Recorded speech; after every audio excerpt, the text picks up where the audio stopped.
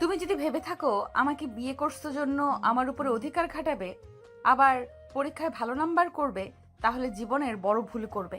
আমি তোমাকে একদম স্বামী হিসেবে মানতে পারছি না। তুমি আমার স্টুডেন্ট হয়ে গেছো, সেখানে তোমাকে আমি স্বামী হিসেবে কিভাবে মেনে নিব? আমাকে কি আপনার বাচ্চা লাগে নাকি?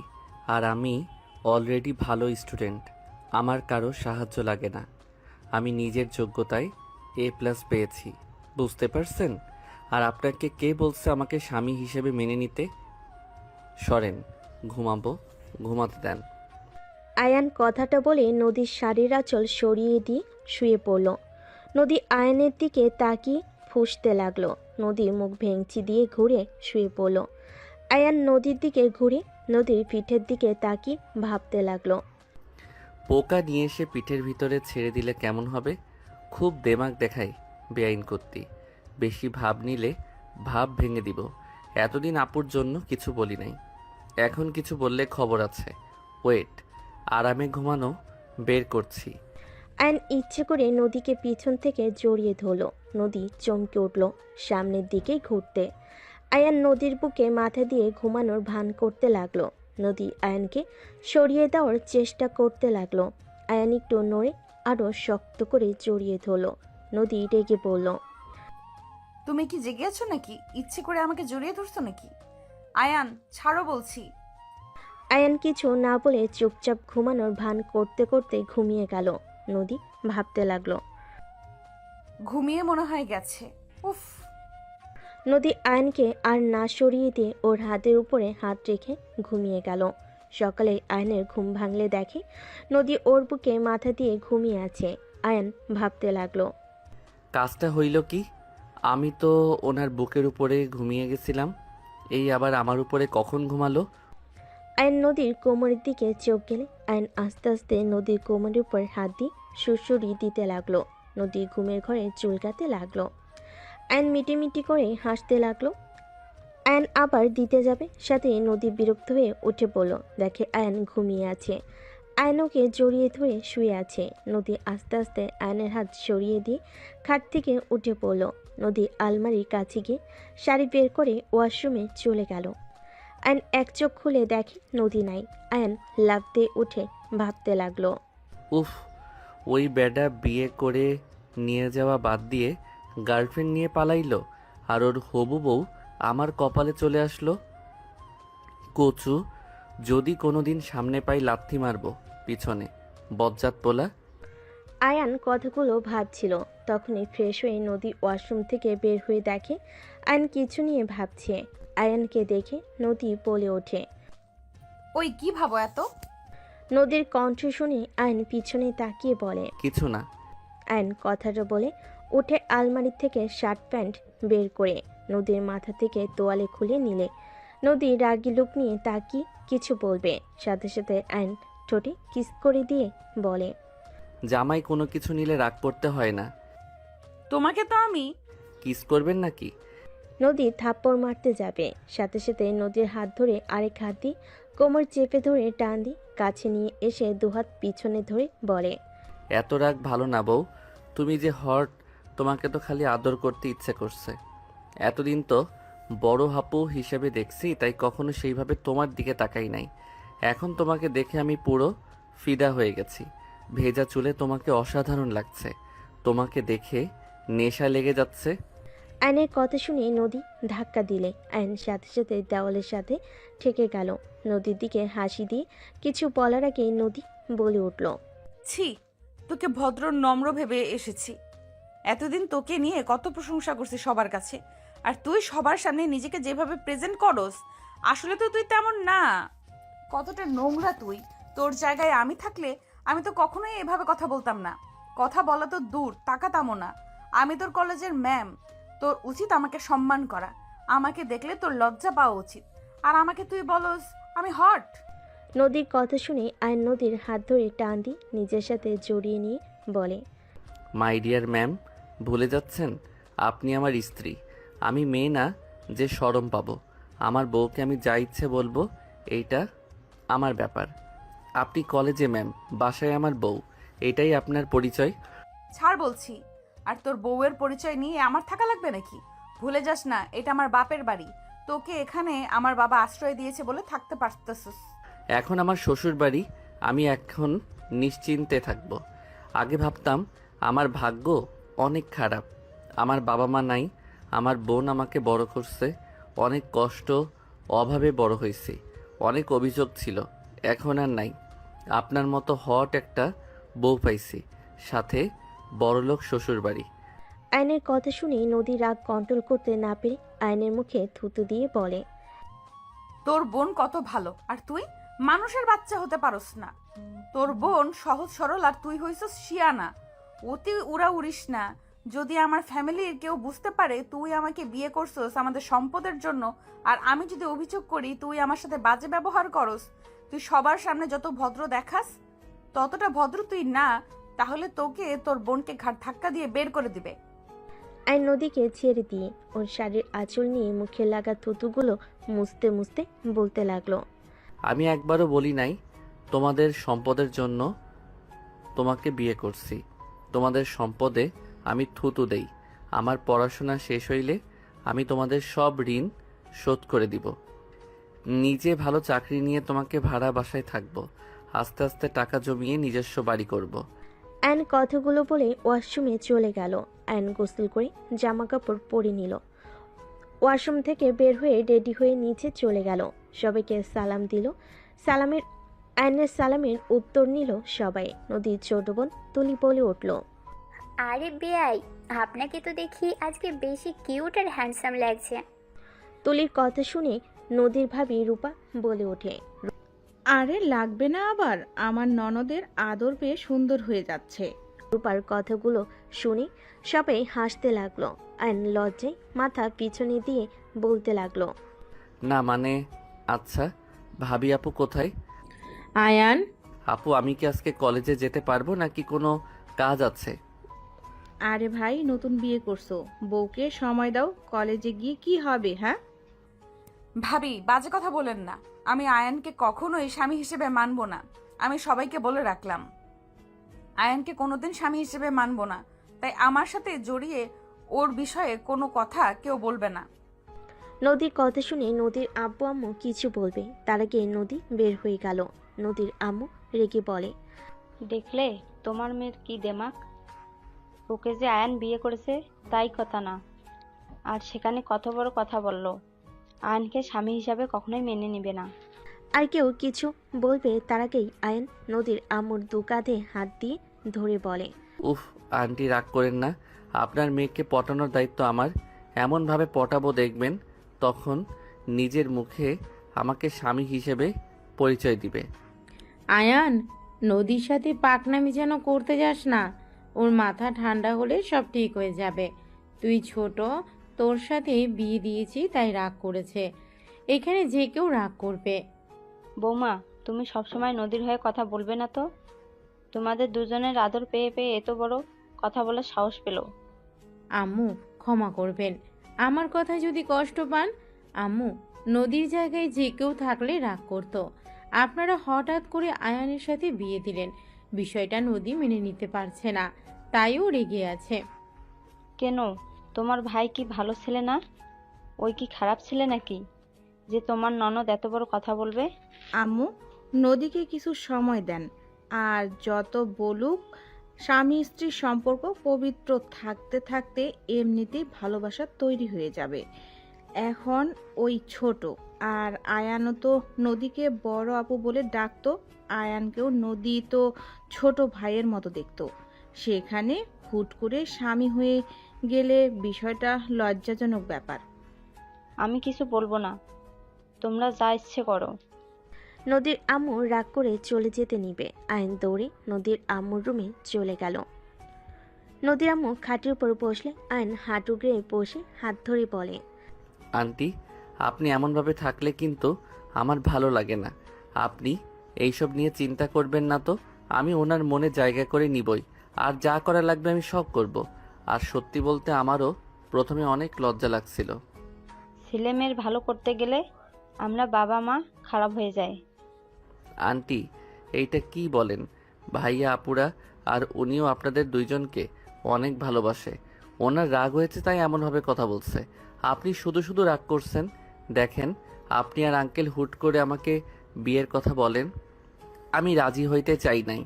আপনার মুখের দিকে তাকিয়ে আমি রাজি হয়ে যাই, দুইজনের সময় দরকার। আচ্ছা আন্টি, আমার ফোনটা বাজছে। আয়ন উঠে ফোনটা রিসিভ করে ওর ফ্রেন্ডদের সাথে কথা বলা শেষ করে নদীর আম্মুকে কিছুক্ষণ বুঝিয়ে আয়ন রুম থেকে বের হয়। আগের রুমে গিয়ে ব্যাগ নিয়ে বের হইলে আয়নের দুলাভাই আশিক বলে উঠল, আয়ান, গাড়ি ভাড়া নিয়ে যাও। ভাইয়া ভাড়া আছে, ওনার বিয়েতে তো অনেক টাকা উঠছে, ওইগুলো আছে। ও আচ্ছা, আসো, কলেজে নামিয়ে দিয়ে অফিসে যাব। আপনার আবার লেট হয়ে যাইতে পারে, আপনি যান, আমি গ্যারেজ থেকে সাইকেলটা নিয়ে চলে যাব। আচ্ছা, সাইকেল ঠিক করছো? জি, ঠিক করা হয়েছে। আয়ান ওর দুলাভাইয়ের সাথে কথা বলা শেষ করে বাসা থেকে বের হয়ে গেল। সামনে গ্যারেজ থেকে সাইকেল নিয়ে সোজা কলেজে চলে গেল। কলেজে ঢুকে সাইকেলের এক সাইডে রেখে হেঁটে যেতে লাগলো। নিচের দিকে তাকিয়ে থেকে রাকিবকে কল করতে করতে যেতে লাগলো। হঠাৎ কারোর সাথে ধাক্কা খেয়ে ফোন পড়ে যেতে নিবে, সাথে সাথে ক্যাচ ধরে ফেললো। সামনের দিকে তাকিয়ে দেখে নদী পড়ে আছে। আইন কিছু বলার আগেই কিছু স্টুডেন্ট দৌড়ে এসেছে। 3টা মেয়ে নদীকে ধরে তুললো। আর কয়েকটা ছেলে আয়নের মুখে ঘুষি মেরে বলে, তোর এত বড় সাহস, আমাদের ম্যামকে ধাক্কা মেরে ফেলে দিয়ে তাকিয়ে থাকোস। আইনকে আরেকটা মারতে যাবে, সাথে সাথেই নদী বলে, ওকে ছাড়ো, ওই বুঝতে পারে নাই আমি তাড়াতাড়ি করে যেতে নিয়ে ধাক্কা লাগছে, যাও তোমরা। নদীর কথা শুনে ছেলেগুলো আয়নকে ছেড়ে দিয়ে চলে গেল। আয়ন ঠোঁটের কাছে হাত দিলে দেখে রক্ত বের হচ্ছে। আয়ন কিছু না বলে রক্ত মুছতে লাগলো। হঠাৎ করে কয়েকজন এসে নদীকে সালাম দিয়ে আয়নকে পিছন থেকে জড়িয়ে ধরে আয়নের ঠোঁটে রক্ত দেখে অবাক হয়ে বলে ওঠে, দোষ, তোর মুখে রক্ত? কিছু না, চলো ক্লাসে। আর কখন থেকে কল দিচ্ছি, ধরস না কেন? আয়ন ওর বন্ধুদের সাথে মিলে ক্লাসে ঢুকে পড়ল। নদীও আয়নের ক্লাসে চলে গেল। নদীকে দেখে সবাই দাঁড়িয়ে সালাম দিল। নদী ক্লাসের ভিতরে এসে সবাইকে নিজের পরিচয় দিয়ে সবার থেকে পরিচয় নিতে লাগলো। আয়নের কাছে গেলে আয়ান দাঁড়িয়ে বলে, আমার নাম আয়ান। নাইস নেম, বসো। নদী ক্লাস শুরু করতে লাগলো। আয়ন নদীকে মুগ্ধ নয়নে তাকিয়ে থেকে দেখতে লাগলো। নদী মাঝে মাঝে আয়নের দিকে তাকালে আয়নের চোখে চোখ পড়তেই নদী চোখ সরিয়ে নিয়ে ক্লাস করতে লাগলো। নদী ক্লাস শেষ হইলে চলে গেল। রাকিব বলে ওঠে, আয়ন ওর বন্ধুদের নিয়ে ক্লাস থেকে বের হয়ে মাঠের ভিতরে গিয়ে ফুচকাওয়ালা মামার কাছে গিয়ে ফুচকা অর্ডার দিয়ে সবাই বসে থেকে আড্ডা দিতে লাগলো। সবার সাথে ফুচকা খাওয়া শেষ করে সবাই মিলে ক্লাসে চলে গেল। ম্যাম যেমন দেখতে তেমন পারানো সিস্টেমটাই অসাধারণ। আচ্ছা বাহিরে চলো, তোদের ট্রিট দিব। আর বলিস কি, তুই আমাদের ট্রিট দিবি? হ্যাঁ চল, বেআইনের বিয়েতে টাকা পাইছি, ওইগুলো দিয়ে খাওয়াবো তোদের। বাহ বাহ, চল। 1:30 কলেজ ছুটি হইলে আয়নোর বন্ধুদের সাথে বের হয়ে গেল। 3টার দিকে বাসায় আসলে আয়নের মুখে কাটা দেখে আতিয়া বলে ওঠে, আয়ান, কি হয়েছে? তোর ঠোঁটের কাছে কাটা কেন? কিছু না আপু। কয়েকটা ছেলের খুশি খেয়েছে ভাবি। নদীর কথা শুনে সবাই অবাক হয়ে বলে, কি আয়ান, কি করছোস যে তোকে ওরা মারলো? তুই কি ক্ষতি করেছিলি ওদের? তোর অনেক সাহস বেড়ে গেছে, তাই না? আপু, আমি কিছু করি নাই। মারতে আসবে, সাথে সাথে নদী পানি খাওয়া শেষ করে বলে, ভাবি আমাকে ধাক্কা দিয়ে ফেলে দিয়েছিল, তাই আমার স্টুডেন্টরা ওকে মারছে। কোনো স্টুডেন্টের সামনে শিক্ষিকাকে অসম্মান করলে কি ছেড়ে দিবে নাকি? কি, ওই তোমাকে ধাক্কা দিয়েছিল? আয়ান, আমি তোকে এই শিক্ষা দিয়েছি? নিজের স্ত্রী সব স্টুডেন্টের সামনে ধাক্কা দিয়ে ফেলে দিয়ে অসম্মান করস? তোর লজ্জা লাগে না? আয়ন আতিয়ার কথা শুনে আতিয়াকে কিছু বলবে, তার আগেই আয়নের গালে থাপ্পড় বসিয়ে দিল। আয়ন গালে হাত দিয়ে নদীর দিকে তাকিয়ে থাকলো। নদীর সোফা থেকে উঠে না দেখার ভান করে রুমে চলে গেল। আয়নকে আরও মারতে যাবে। আয়ন দুহাত দিয়ে মার থেকে বাঁচার চেষ্টা করতে লাগলো। নদীর আম্মু বলে ওঠে, বৌমা থামো, ওকে কেন মারছো? তোমার ননদ ভালো মানুষ নাকি? আয়ান, সত্যি করে বলো তো কি হয়েছিল? আর তুমি হঠাৎ করে ওকে ধাক্কা কেন দিয়ে ফেললে? আন্টি, বিশ্বাস করেন, আমি ইচ্ছে করে কিছু করি নাই। আমি রাকিবকে কল দিতে দিতে হাঁটছিলাম, হঠাৎ করে উনি সামনে আসলো, ধাক্কা লেগে উনি পড়ে যায়। তারপর তারপর সব খুলে বলে রূপা বলে, শুধু শুধু আয়ানকে মারলে আফা? আয়ান যাও, রুমে গিয়ে ফ্রেশ হয়ে নাও। আয়ন সোজা নদীর রুমে চলে গেল। নদী আয়নের দিকে তাকিয়ে থেকে ভিলেন মার্কা হাসি দিল। আয়ন কিছু না বলে ব্যাগ টেবিলের উপর রেখে আলমারি থেকে শার্ট প্যান্ট নিয়ে ওয়াশরুমে চলে গেল। গোসল করে বের হলে শার্ট প্যান্ট বারান্দায় মেলে দিল। আয়ন বারান্দায় দাঁড়িয়ে থেকে পাশের বারান্দার মেয়েটার দিকে তাকাতে মেয়েটা বলে, হাই আয়ান, কেমন আছো? আলহামদুলিল্লাহ, তুমি কেমন আছো? এই তো আলহামদুলিল্লাহ। বউ কই তোমার? শুয়ে আছে। ও আচ্ছা, সন্ধ্যার দিকে ছাদে এসো। আইন মেয়েটাকে কিছু বলবে তার আগে নদী পিছনে দাঁড়িয়ে রাইসার দিকে রাগী লোক নিয়ে তাকাতেই রাইসা চলে যেতে নিলে আয়ান বলে, ওই এখন চলে যাচ্ছ কেন? আমার কথা তো শুনে যাবে নাকি? পরে শুনবো। কথাটা বলে চলে গেল। নদী খাটের কাছে চলে গেল। আইন কিছুক্ষণ সামনের দিকে তাকিয়ে থেকে রুমের দিকে তাকিয়ে দেখে নদী খাটের উপর পা ঝুলিয়ে বসে আছে।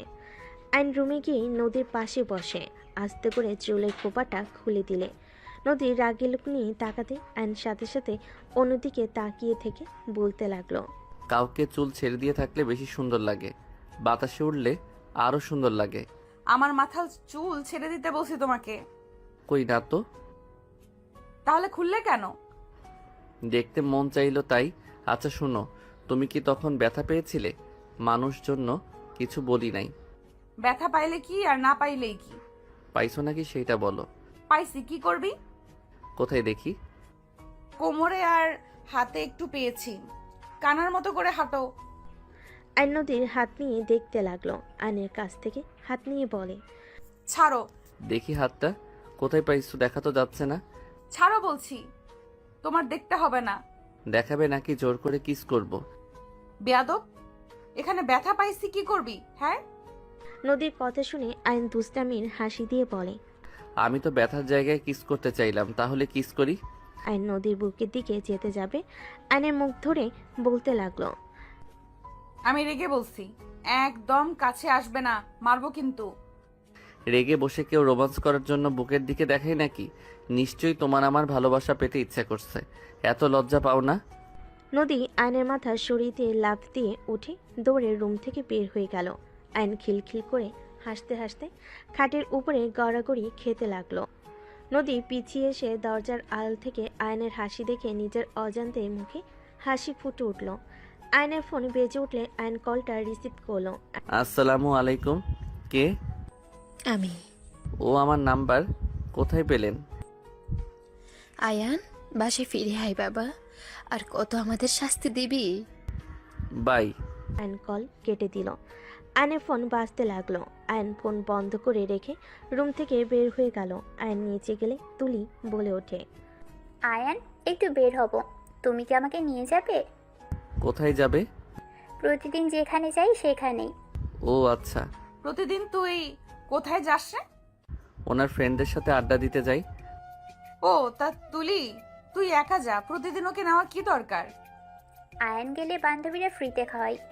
তুলি কথাটা বলে হাসতে লাগলো। সবাই ভুল কুচকে তাকায়। নদী বলে ওঠে, মানে কি? মানে আসলে ও তুমি তো মানে আসলে ও তুমি তো আয়ানকে স্বামী হিসেবে মানোই না, তাই তোমাকে বলে কিছু হবে না। আয়ানকে নিয়ে গেলে আমার ফ্রেন্ডরা আয়ানের প্রেমে হাবুডুবু খাচ্ছে। আয়ান ওদের সাথে কথা বললে ওরা ফিদা। এদিকে আমি যা ইচ্ছে অর্ডার দিই খেতে থাকি, সব বিল ওরা দেয়। ঘোরা থেকে শুরু করে সব ওরা পেমেন্ট করে, আমি আর আয়ান শুধু খাই ঘুরি ফ্রিতে। তুলি কথাটা বলে হাসতে লাগলো। সবাই শুনে অবাক হয়ে তাকিয়ে আছে। নদী ঠাস করে তুলির গালে থাপ্পড় মেরে দিল, আর আতিয়া আয়নের গালে থাপ্পড় মেরে দিল। আইন তুলি দুজন দুজনের দিকে তাকিয়ে অসহায় চোখে তাকালে আতিয়া বলে ওঠে, মেয়েদের মন নিয়ে খেলা করতে খুব ভালো লাগে তোর, তাই না? সামান্য কিছু টাকার জন্য তুই ওই মেয়েগুলোর সাথে ফ্ল্যাট করস? তোর কোনো ধারণা আছে? আপু আমি কি করলাম? আয়নের গালে আরেকটা থাপ্পড় মেরে বলে, যখন ওই মেয়েগুলো জানতে পারবে তুই ওদের সাথে মজার ছলে এইসব করেছিস, কেমন লাগবে ওদের? কোনো ধারণা আছে তোর? তুলির কথা শুনে নদীর আম্মু অবাক হয়ে বলে, তুই কি করস? মানে তুই জানোস না নিজের রক্তের পরিচয় দিচ্ছিস নাকি? যদি রক্তের পরিচয় দেস তাহলে দরজা খোলা আছে, বের হয়ে যা। ভাবি এসব কি বলছেন? তুই চুপ কর। তুই এত খারাপ, তোকে কি আব্বু টাকা দেয় না? অন্যের টাকায় খাওয়া ঘোরার জন্য দুজন মিলে ওই মেয়েদের সাথে এমন করতে লজ্জা লাগে না? আয়ানকে বাদ দিলাম, ওই ছোট, তুই তো ওর বড়, আর একটা মেয়ে হয়ে এসব করতে লজ্জা করে না? আরে আজব তো, আমি এখানে কি করছি? ওদের আমি বারবার বুঝিয়েছি, দেখ আয়ান ছোট, এসব প্রেম প্রীতি বুঝে না, ওর পিছনে ঘুরে লাভ নেই। ওরা উল্টা আমাকে বলে আমি নাকি আয়ানকে লাভ করি, জন্যই নিয়ে আসি না। আমাকে অনেক ধরনের কথা বলতো, তো আমি কি করব? সেখানে ওদের যদি আয়ানের সাথে কথা বলতে ভালো লাগে, আমার কি দোষ? আয়ান তো আর ওদের সাথে খারাপ কথা বলে না। আয়ান কেমন জানি কথা বলে, ওরা মুগ্ধ হয়ে শুনে আর হাসে। ওদের দোষ আমাদের না, ওদের দোষ আমাদের না, আমরা বারবার করেছি তো। আর আমাকে বলেছিল আয়ানকে পটাবে, সেখান থেকে ওদের চ্যালেঞ্জ অনুযায়ী যাই, 1 মাস হয়ে গেছে, আয়ানকে কেউ পটাতে পারেনি। আর এমনিতেও আয়ানেরও লাভ আছে, আমি তো দেখি ভাবি। বাহ ভাইয়া, ওকে আসা যাওয়ার যে ভাড়া ওইটা দেয়, ওই সাইকেলে নিয়ে যাওয়ার কারণে ওই টাকা থাকে, ওটা দিয়ে খাই। প্রতিদিনের 50 টাকা হাত খরচ দিয়ে চলে নাকি? কি? বাট আয়ানকে তো 200 টাকা করে দেওয়ার কথা। নদীর আব্বু তো বলে দিয়েছে। আর 150 টাকা কই যায়? আমার কাছে থাকে। আম্মু আমার দোষ নাই, আতিয়া 50 করে দিতে বলে, এর বেশি দিতে না করেছে। আর যখন ওর খুব দরকার হয় তখন যে টাকা জমা থাকে ওইখান থেকে নিয়ে দিয়ে দেয়। বৌমা, এইটা একটু বেশি করে ফেলছো না আয়নার সাথে? অ্যান্ড আতিয়াকে কিছু বলার সুযোগ না দিয়ে উঠে দাঁড়িয়ে পড়ল। আপু, আমি আমার রক্ত পরিচয় দিচ্ছি, তুমি আমাকে এটা বলতে পারলে? ওকে ঠিক আছে, দরজা তো খোলা তাই না? চলে যাচ্ছি, তুমি থাকো। আজ থেকে আমার দায়িত্ব তোমাকে নিতে হবে না। ধন্যবাদ আমাকে 8 বছর লালন পালন করার জন্য। এই ঋণ আমি হয়তো শোধ করতে পারবো না, বাট ভাই হয়ে আমার কর্তব্য আমি পালন করার চেষ্টা করব। আয়ন চোখের পানি গড়িয়ে পড়তে আয়ন মুছে চলে যেতে লাগলো। আশিক নদীর আব্বু রূপা আয়নকে আটকানোর জন্য হাত ধরে আতিয়া বলে ওঠে, আম্মু, রূপা আশিক ছেড়ে দাও, বড় হয়ে গেছে, আমাকে ছাড়া সে অনেক কিছু করতে শিখে গেছে, চলে যেতে দেন। আর নদী ও আয়ানকে স্বামী হিসেবে মানে না, তাই কোনো চিন্তার বিষয় নেই যে ওই চলে গেছে নদী কষ্ট পাবে। বাহ, এইটা হবে।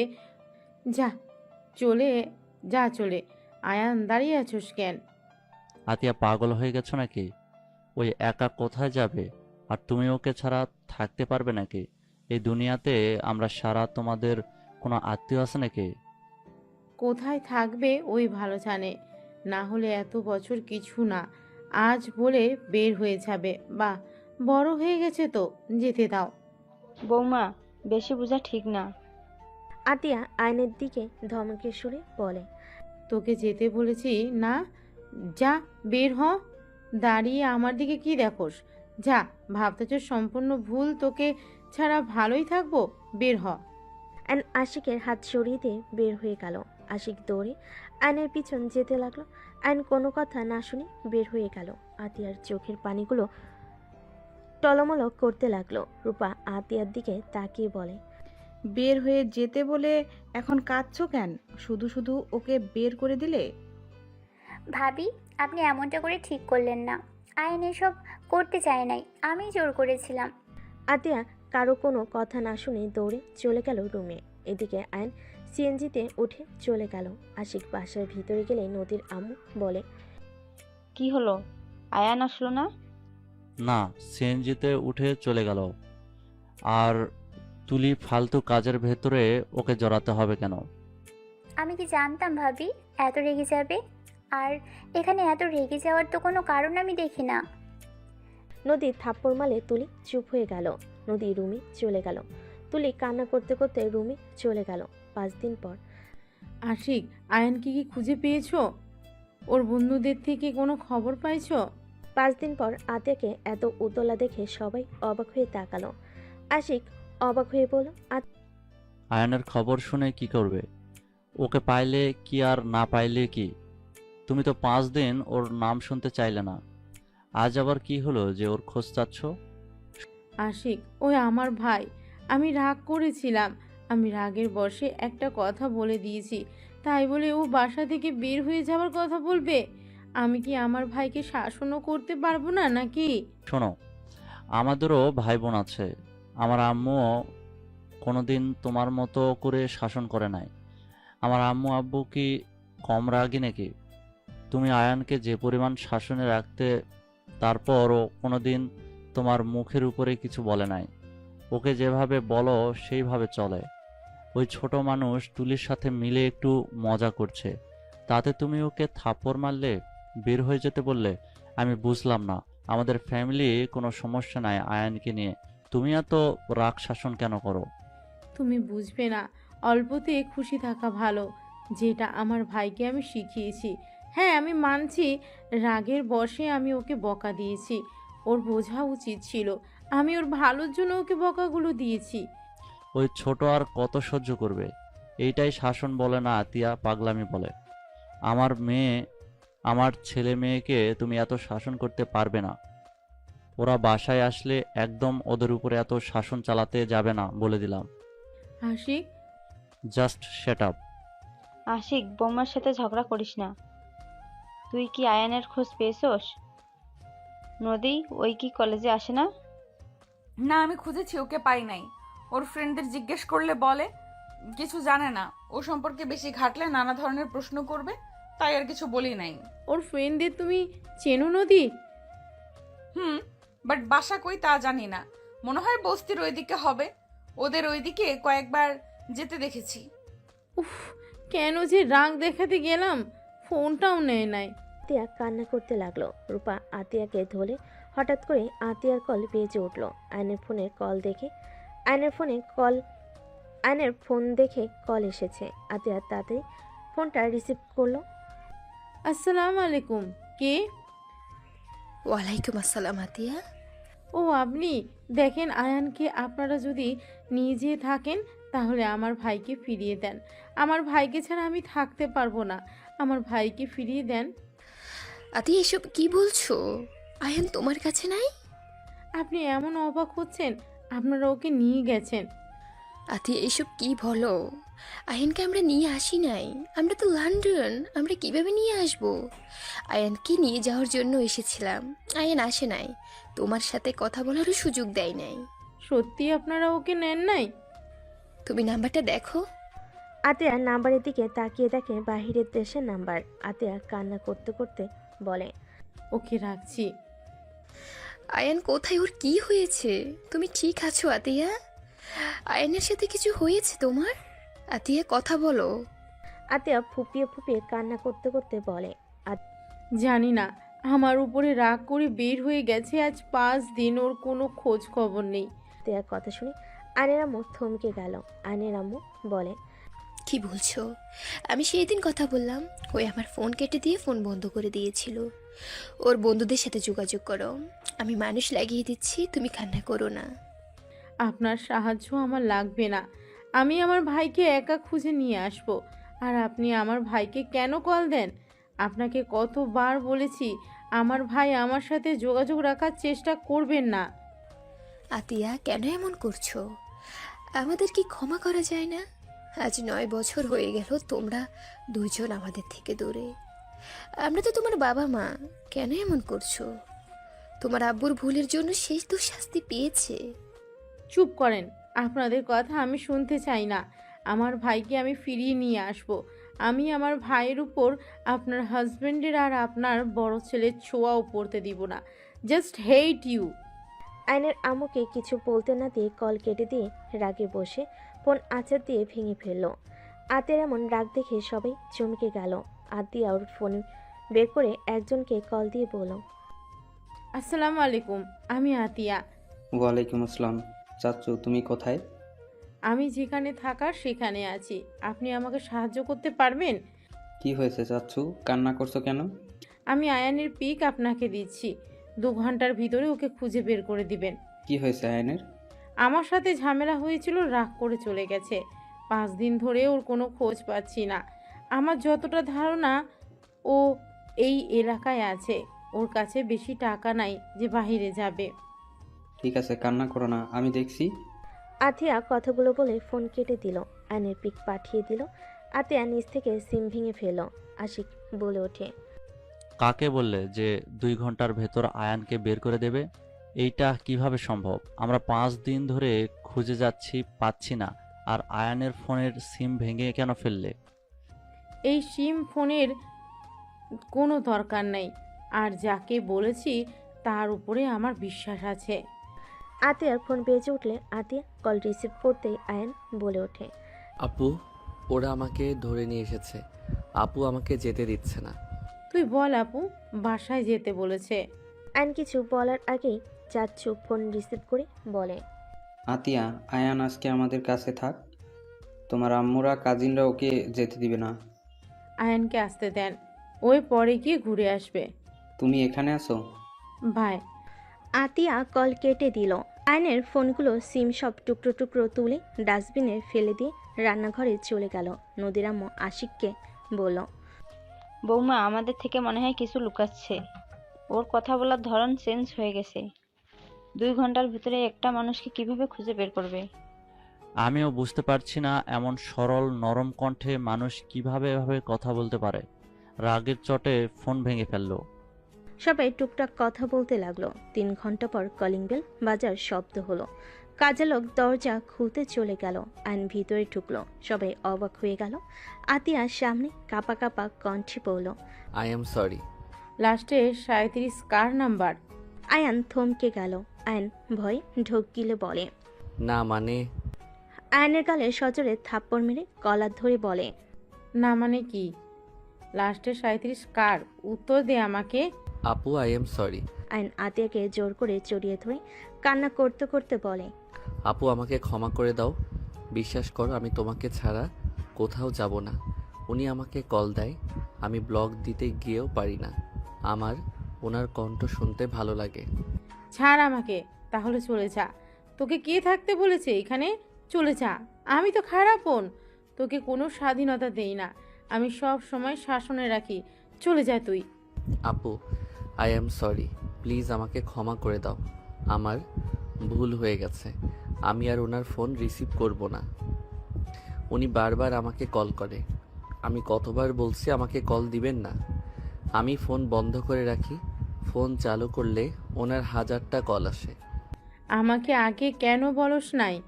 আমার থেকে আর কি কি লুকাচ্ছিস তুই? আর তুই এই 5 দিন কোথায় ছিলি?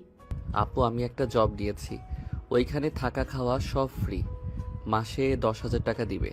তোকে জব নিতে কে বলেছে? আপু, আমি তো বড় হয়েছি, এখন আমার স্ত্রীও আছে। বউকে কিছু কিনে দিতে গেলে সেই তোমার থেকে চাইতে হবে বা দুলাভাইয়ের থেকে। আমার এইটা মোটেও ভালো লাগবে না। নিজে সবার ঘাড়ে বসে খাচ্ছি, আবার বউকে কিছু দিতে গিয়ে তাদের থেকে যদি নিতে হয়। ওই, তোকে আমি বলছি আমাকে কিছু গিফট করতে? ওই, তোর বয়স কত? এত পাকনামি তোকে কে করতে বলছে? ফাজলামি করস তুই, তাই না? সবাইকে টেনশনে ফেলে ফাজলামি করস। আতিয়াকে আয়ন ছেড়ে দিয়ে নদীর দিকে তাকালে আয়ন বলে, আই এম সরি। আমাকে প্লিজ সবাই ক্ষমা করে দেন। আমি কাউকে চিন্তায় ফেলতে চাই নাই। আপু আমাকে সেই দিন এমন কিছু বলছিল, আমি বিষয়টা মেনে নিতে পারছিলাম না। এই, কি এমন বলছে তোকে? তোর বোন তো তোকে মাঝে মাঝে রেগে বাড়ি থেকে বের হয়ে যেতে পারে। সেখানে এতদিন যাস নাই, সেদিন কেন গেলি? বের হওয়ার ব্যাপারে আমার খারাপ লাগে নাই। আমার খারাপ লাগছে আপু আমাকে রক্তের পরিচয় দেওয়ার কথা শুনে। আমি কি এমন করছিলাম? আমি তো জাস্ট ওই মেয়েদের সাথে কথা বলতাম মজা করে। এর থেকে তো আমি কোনো বাজে কথা ভিতরে বা তাদের দিকে বাজেভাবে তাকাইও নাই। রুমে যা। আমার রাগ আরো বাড়ছে কিন্তু তোর উপরে। যাচ্ছি। আর একটা কথা বলার আছে। কি কথা? আপু, সাথী মেয়েটা আমার পিছনে লাগছে। সাথীকে?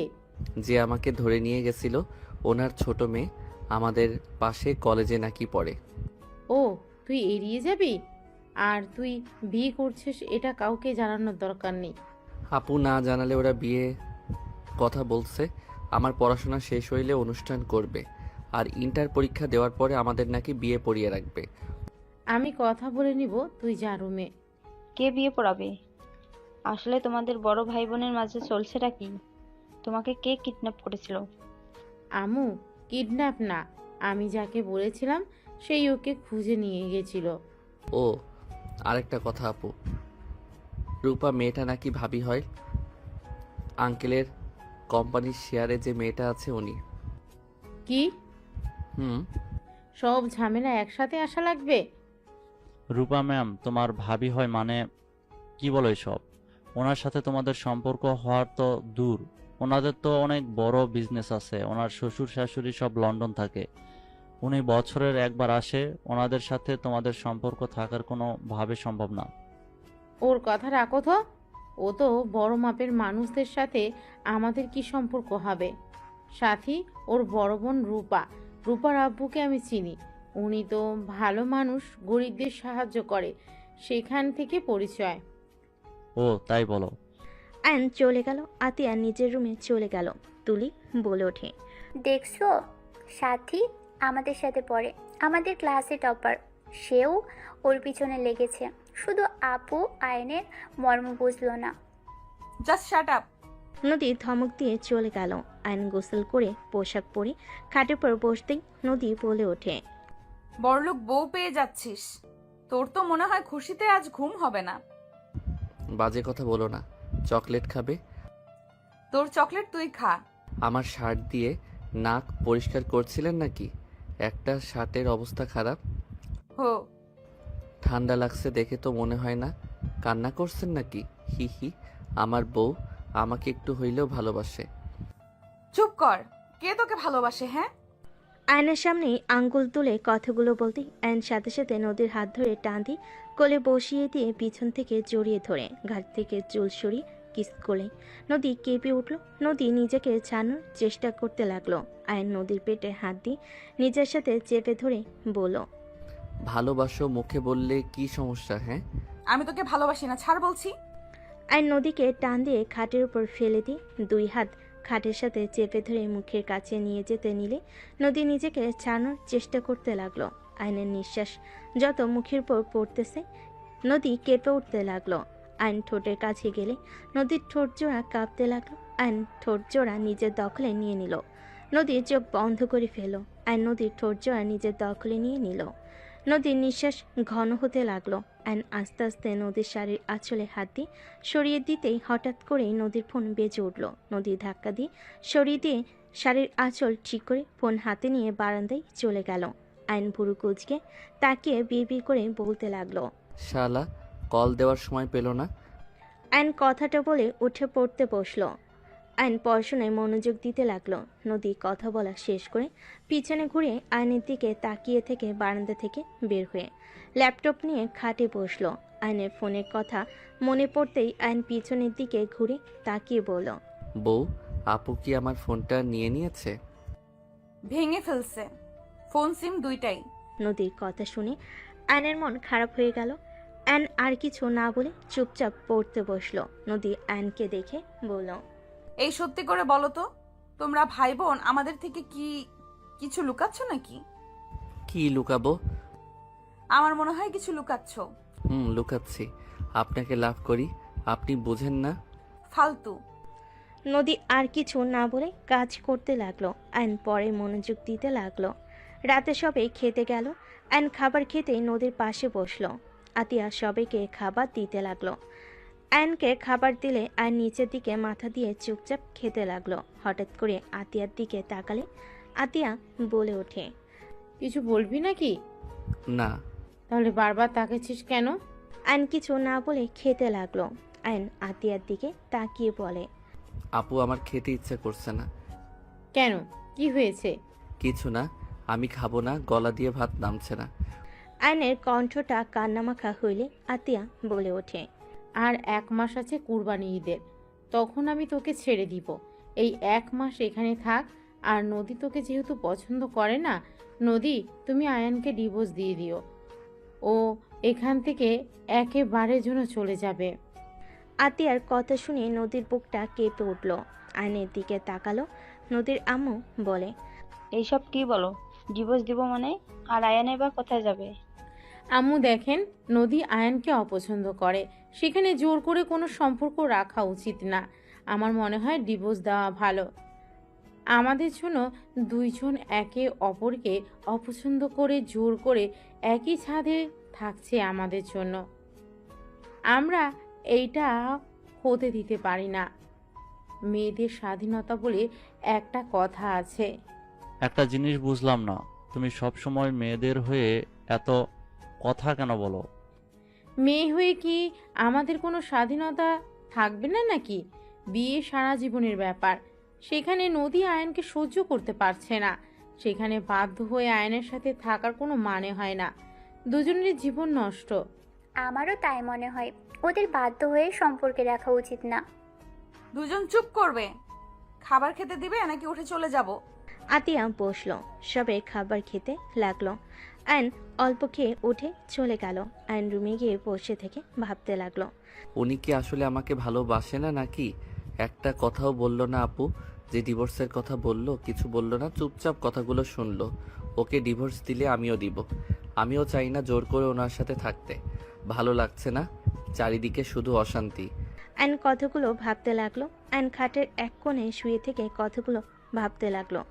নদী রুমের ভিতরে এসে আয়নকে ভাবতে দেখে কিছু বলল না। খাটে শুয়ে লাইট অফ করে দিল। ডিম লাইট জ্বালিয়ে উপরের দিকে তাকিয়ে থাকতে লাগলো। আয়ন নদীর হাতের উপরে মাথা দিয়ে পেটের উপরে হাত রেখে জড়িয়ে ধরে বলল, তুমি কি সত্যি আমাকে ডিভোর্স দিবে? আচ্ছা, আমাকে কি সত্যি ভালোবাসা যায় না? আমি অন্য কাউকে ভালোবাসি। নদীর কথা শুনে আয়নের বুকের ভিতর কেঁপে উঠল। আয়ন এক সেকেন্ডের ভিতরে নদীর উপর থেকে হাত সরিয়ে নিল। আয়ন খাট থেকে নেমে বালিশ নিয়ে সোজা সোফায় চলে গেল। নদীর চোখের পানিগুলো গড়িয়ে পড়ল। নদী মনে মনে ভাবতে লাগলো, এই তোমার ভালোবাসা আয়ান? অন্য কাউকে ভালোবাসি শুনে আমার পাশের জায়গাটা ছেড়ে দিলে? নিজের স্ত্রীকে নিজের করে রাখার বয়স তোমার হয় নাই। কিভাবে নিজের জায়গায় ধরে রাখতে হয় সেটা তুমি জানো না আয়ান। নদী কথাগুলো ভাবতে ভাবতে চোখের পানি ফেলতে ফেলতে ঘুমিয়ে গেল। আয়ন এপাশ ওপাশ হতে লাগলো। আয়ন ভাবতে লাগলো, আমাকে ভালো না বাসলে আমি ছিলাম না দেখে আমার শার্ট জড়িয়ে কেন কান্না করছে? আর সত্যি কান্না করছে নাকি আমার ভুল ধারণা? আমি কাছে গেলাম, আমাকে শুধু মুখে বলল সরে যেতে। কই প্রথমের মতো তো জোর করে সরিয়ে দেওয়ার চেষ্টা তো করলো না। উফ, মেয়ে মানুষকে বোঝা বড্ড কঠিন। আমার বোন একটা আছে, এত পেঁচালো কেন এই মেয়ে মানুষ, ধ্যাত ভালো লাগে না। আয়ন কথাগুলো বলে ঘুমিয়ে গেল। সকালে ঘুম ভাঙলে নদী আয়নের দিকে কিছুক্ষণ তাকিয়ে থেকে ওয়াশরুমে চলে গেল। আয়নের ঘুম ভাঙলে খাটের দিকে তাকিয়ে দেখে নদী নাই। আয়ন উঠে ওয়াশরুমের দিকে তাকিয়ে বুঝলো ওয়াশরুমে গেছে। আয়ন উঠে বারান্দায় চলে গেল। বারান্দার গ্রিল ধরে দাঁড়িয়ে থাকতে লাগলো। হঠাৎ করে সামনে থেকে রাইসা বলে উঠল, গুড মর্নিং আয়ান, কেমন আছো? গুড মর্নিং, আলহামদুলিল্লাহ ভালো। তুমি কেমন আছো? আলহামদুলিল্লাহ। কাকির থেকে শুনলাম তুমি নাকি রাগ করে বের হয়ে গেছিলে। ওই আর কি। আর এমন করবে না, তুমি তো জানো ভাবি তোমাকে কত ভালোবাসে। যাই হোক, তোমার বাসার সবাই কেমন আছে? আলহামদুলিল্লাহ। তা বাসায় আসো, ঘুরে যাও। আম্মু আব্বু তোমার কথা জিজ্ঞেস করে। ছেলেটা কোথায়, রাগ করে গেল? যাবো এক সময়, কলেজে যেতে হবে। ওকে যাও। রাইসা চলে গেলে আইন পিছনে ঘুরে তাকালে দেখে নদী তাকিয়ে আছে। আইন কিছু না বলে নিচের দিকে তাকিয়ে আলমারির কাছে গিয়ে শার্ট প্যান্ট নিয়ে ওয়াশরুমে চলে গেল। ফ্রেশ হয়ে পোশাক চেঞ্জ করে আইন বের হইল। ব্যাগ কাঁধে নিয়ে নিচে চলে গেল। আইন একজনকে দেখে অবাক হয়ে গেল। আইন বলে উঠল, খালা। আইনের কণ্ঠ শুনে পিছনের দিকে মহিলাটা তাকাতেই আইনকে বলল, কি বাবা তুমি আমাকে চেনো? MKH। আইনের কথা শুনে রহিমা খালা অবাক হয়ে গেল। রহিমা খালা কাঁপা কাঁপা কণ্ঠে বলে উঠল, আয়ান। আইন দৌড়ে গিয়ে রহিমা খালাকে জড়িয়ে ধরল। সবাই অবাক হয়ে তাকিয়ে থাকতে লাগলো। আতিয়া রান্নাঘর থেকে বের হলে চমকে গেল। আইনকে রহিমা খালা সারা মুখে চুমু দিতে লাগলো আর কান্না করতে করতে বলে, আয়ান আব্বু তুমি এখানে আছো? বড় মামুনি কোথায়? আপু। আইনের কথা শুনে রহিমা খালা পিছনে ঘুরে তাকাতেই আতিয়াকে দেখে বলে, মামুনি কেমন আছেন? ভালো, আপনি কেমন আছেন? আজ আমি অনেক খুশি তোমাদের দেখা পেয়ে। আয়ান বাবা কত বড় হয়ে গেছে, আমি তো চিনতেই পারি নাই। আমার বুক পর্যন্ত ছিল, আর এখন কত বড় হয়ে গেছে আমি চিনতেই পারি নাই। হি হি হি। MKH, তুমি কিন্তু আমার ছোট হয়ে গেছো। আমাকে সম্মান করবে। আমি তোমার আব্বু হয়ে গেছি। আয়নের কথা শুনে রহিমা খালা ফিক করে হেসে বলে, একদম, আপনি আমার আব্বু হয়ে গেছেন। মামুনি, আপনি দয়া করে বাবুকে নিয়ে চলেন, আমি ওনাদের খবর দেই। খালা, দয়া করে এখানে কোনো ধরনের কথা তুলেন না। আয়ান, কলেজে যাচ্ছিস না? রহিমা, তুই ওদের দুজনকে চিনোস? রহিমা খালা কিছু বলবে তার আগেই আতিয়া বলে, আম্মু, ওনার সাথে আগে পরিচয় ছিল, ওনার সাথে থাকা হয়েছিল, ওনার বাসায় কাজ করতাম তো। ও আচ্ছা। মামুনি, কি বলেন এসব? ঠিক বলছি খালা। কিরে, যাস না কেন? যাবো না আজকে। যেতে বলছি, যা। আয়ন আর কিছু না বলে চলে গেল। রহিমা খালা আতিয়াকে বলে, মামুনি, বেয়াদবি মাফ করবেন, আপনি আয়নবাবু এখানেই থাকেন, আমি ওনাদের জানিয়ে দিই, ওনারা আপনাদের ছাড়া ভালো নেই। কে ভালো নাই রে? আপা, তুমি কিছু জানো না ওরা কারা? খালা, প্লিজ চুপ করবেন। রহিমা খালা আর কিছু বলল না। এদিকে আয়ন কলেজে চলে গেল। কলেজ ছুটি হলে আয়ন রাকিবকে বলল, এই যে মেয়েটা আসছে, তুই ওই মেয়েটাকে পটিয়ে নিবি। যদি নিস তাহলে তোর লাইফ সুন্দরভাবে কাটবে। কে ও? এখানে নাম করা বিজনেসম্যানের ভাতিজি। বলিস কি, রায়হান চৌধুরীর ভাতিজি? হ্যাঁ, থাক, আমি যাই। আয়নের সাথে কিছু বলার আগে সাইকেল নিয়ে জোরে চালিয়ে চলে গেল। নদীকে দাঁড়িয়ে থাকতে দেখে আয়ন সামনে গিয়ে বলে, সাইকেলে যাবেন নাকি? নদী কিছু না বলে পাশে রিকশায় উঠে পড়ল। আয়ন আর কিছু না বলে ওর পিছন পিছন যেতে লাগলো। বাসে গেলে নদী সোজা রুমে চলে গেল। আয়নও রুমে চলে গেল। নদী ফ্রেশ হয়ে নিচে চলে গেলে আয়ন ফ্রেশ হতে চলে গেল। ফ্রেশ হয়ে নিচে গেলে আয়ন আতিয়াকে বলল, আপু, আমি একটু বাইরে যাব। MKH, তুমি কতদিন আছো? আছি, আজকেই দিনটাই। MKH মানে কি? নদীর কথা শুনে আয়ন কিছু না বলে চলে গেল। রহিমা খালা হেসে বলে, MKH মানে মিষ্টি খালা। এই আমাকে ছোটবেলা থেকে এটাই বলে ডাকে। ও আচ্ছা। হঠাৎ করে আয়ন দৌড়ে বাসার ভিতর ঢুকলো।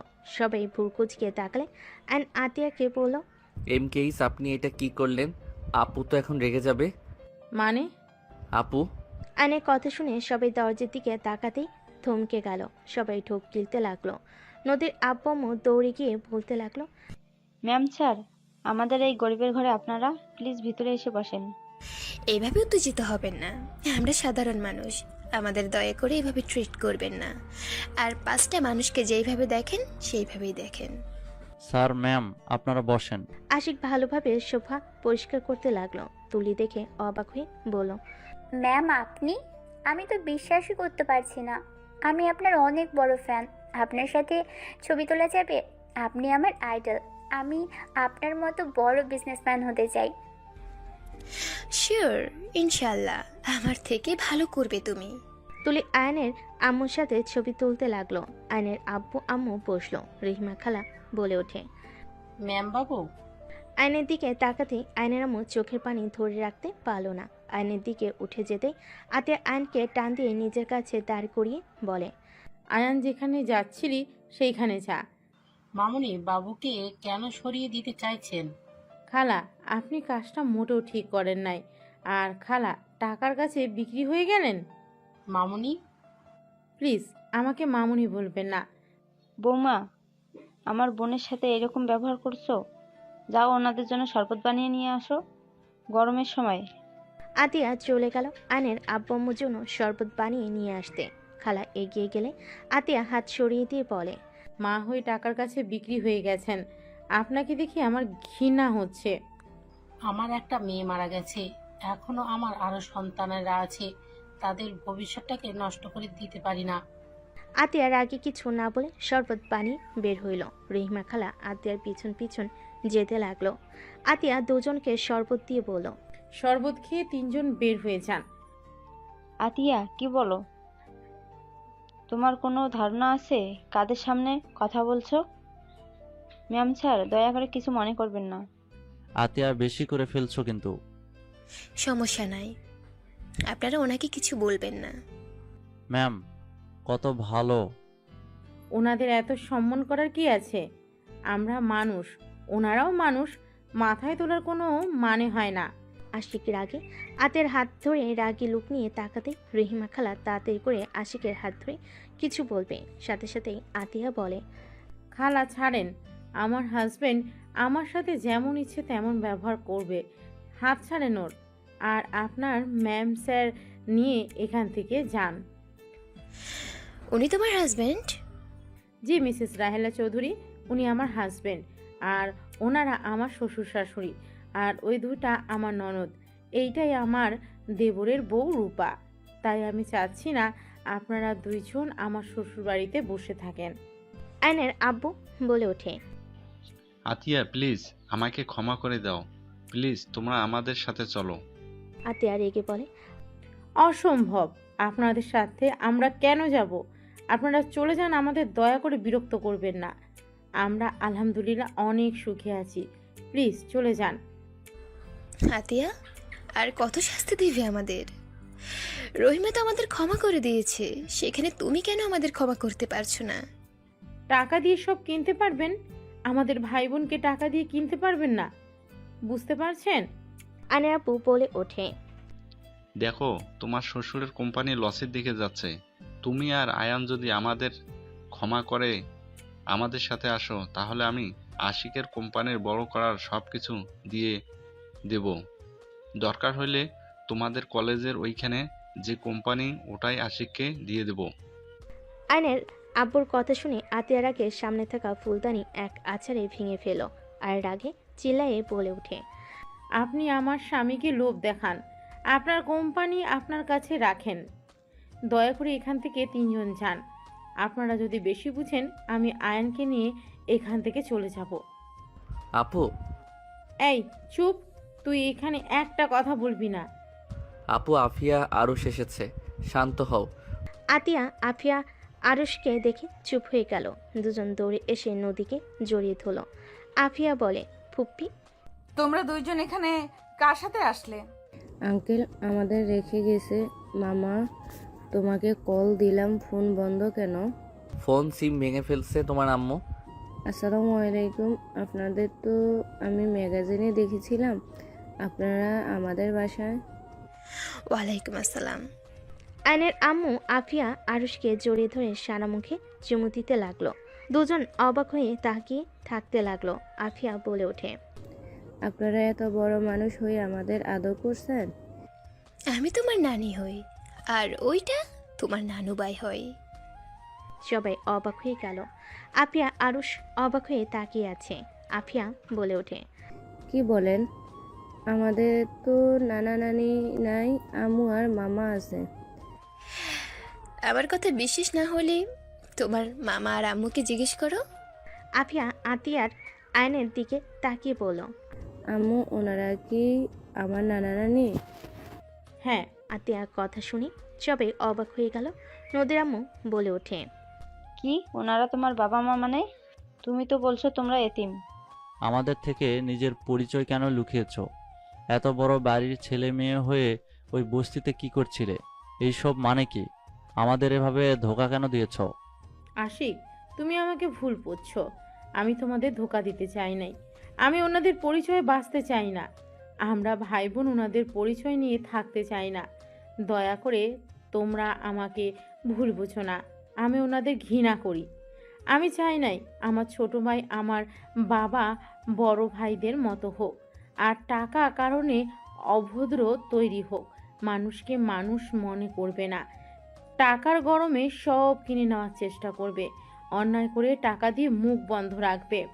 এমন যেন না হয়। সেই জন্য আমি আমার ভাইকে নিয়ে দেশে এসেছি। আমার ভাইকে আমি আমার মনের মতো করে বড় করতে পেরেছি, এটাই আমার সফলতা। ওইখানে যদি রাখতাম, আমার ভাই একটা অমানুষ হতো, আর ওই বাড়িতে আমার দম বন্ধ হয়ে আসতো। অনেক কিছু চাইলে বলা যায় না আশিক, শুধু এইটা মাথায় রেখো, এমন কিছু আছে যার জন্য আমার বাবা মা ভাইকে আমি ঘৃণা করি। কেন ঘৃণা করো? রাজপ্রাসাদ রেখে বস্তিতে থাকতে কি এমন করেছো যে তোমরা ওইখান থেকে চলে এসেছো? আর আয়ানকে এত শাসনে কেন রাখতে? আয়ানকে সবসময় অভাবের ভেতরে রাখার কেন চেষ্টা করতে?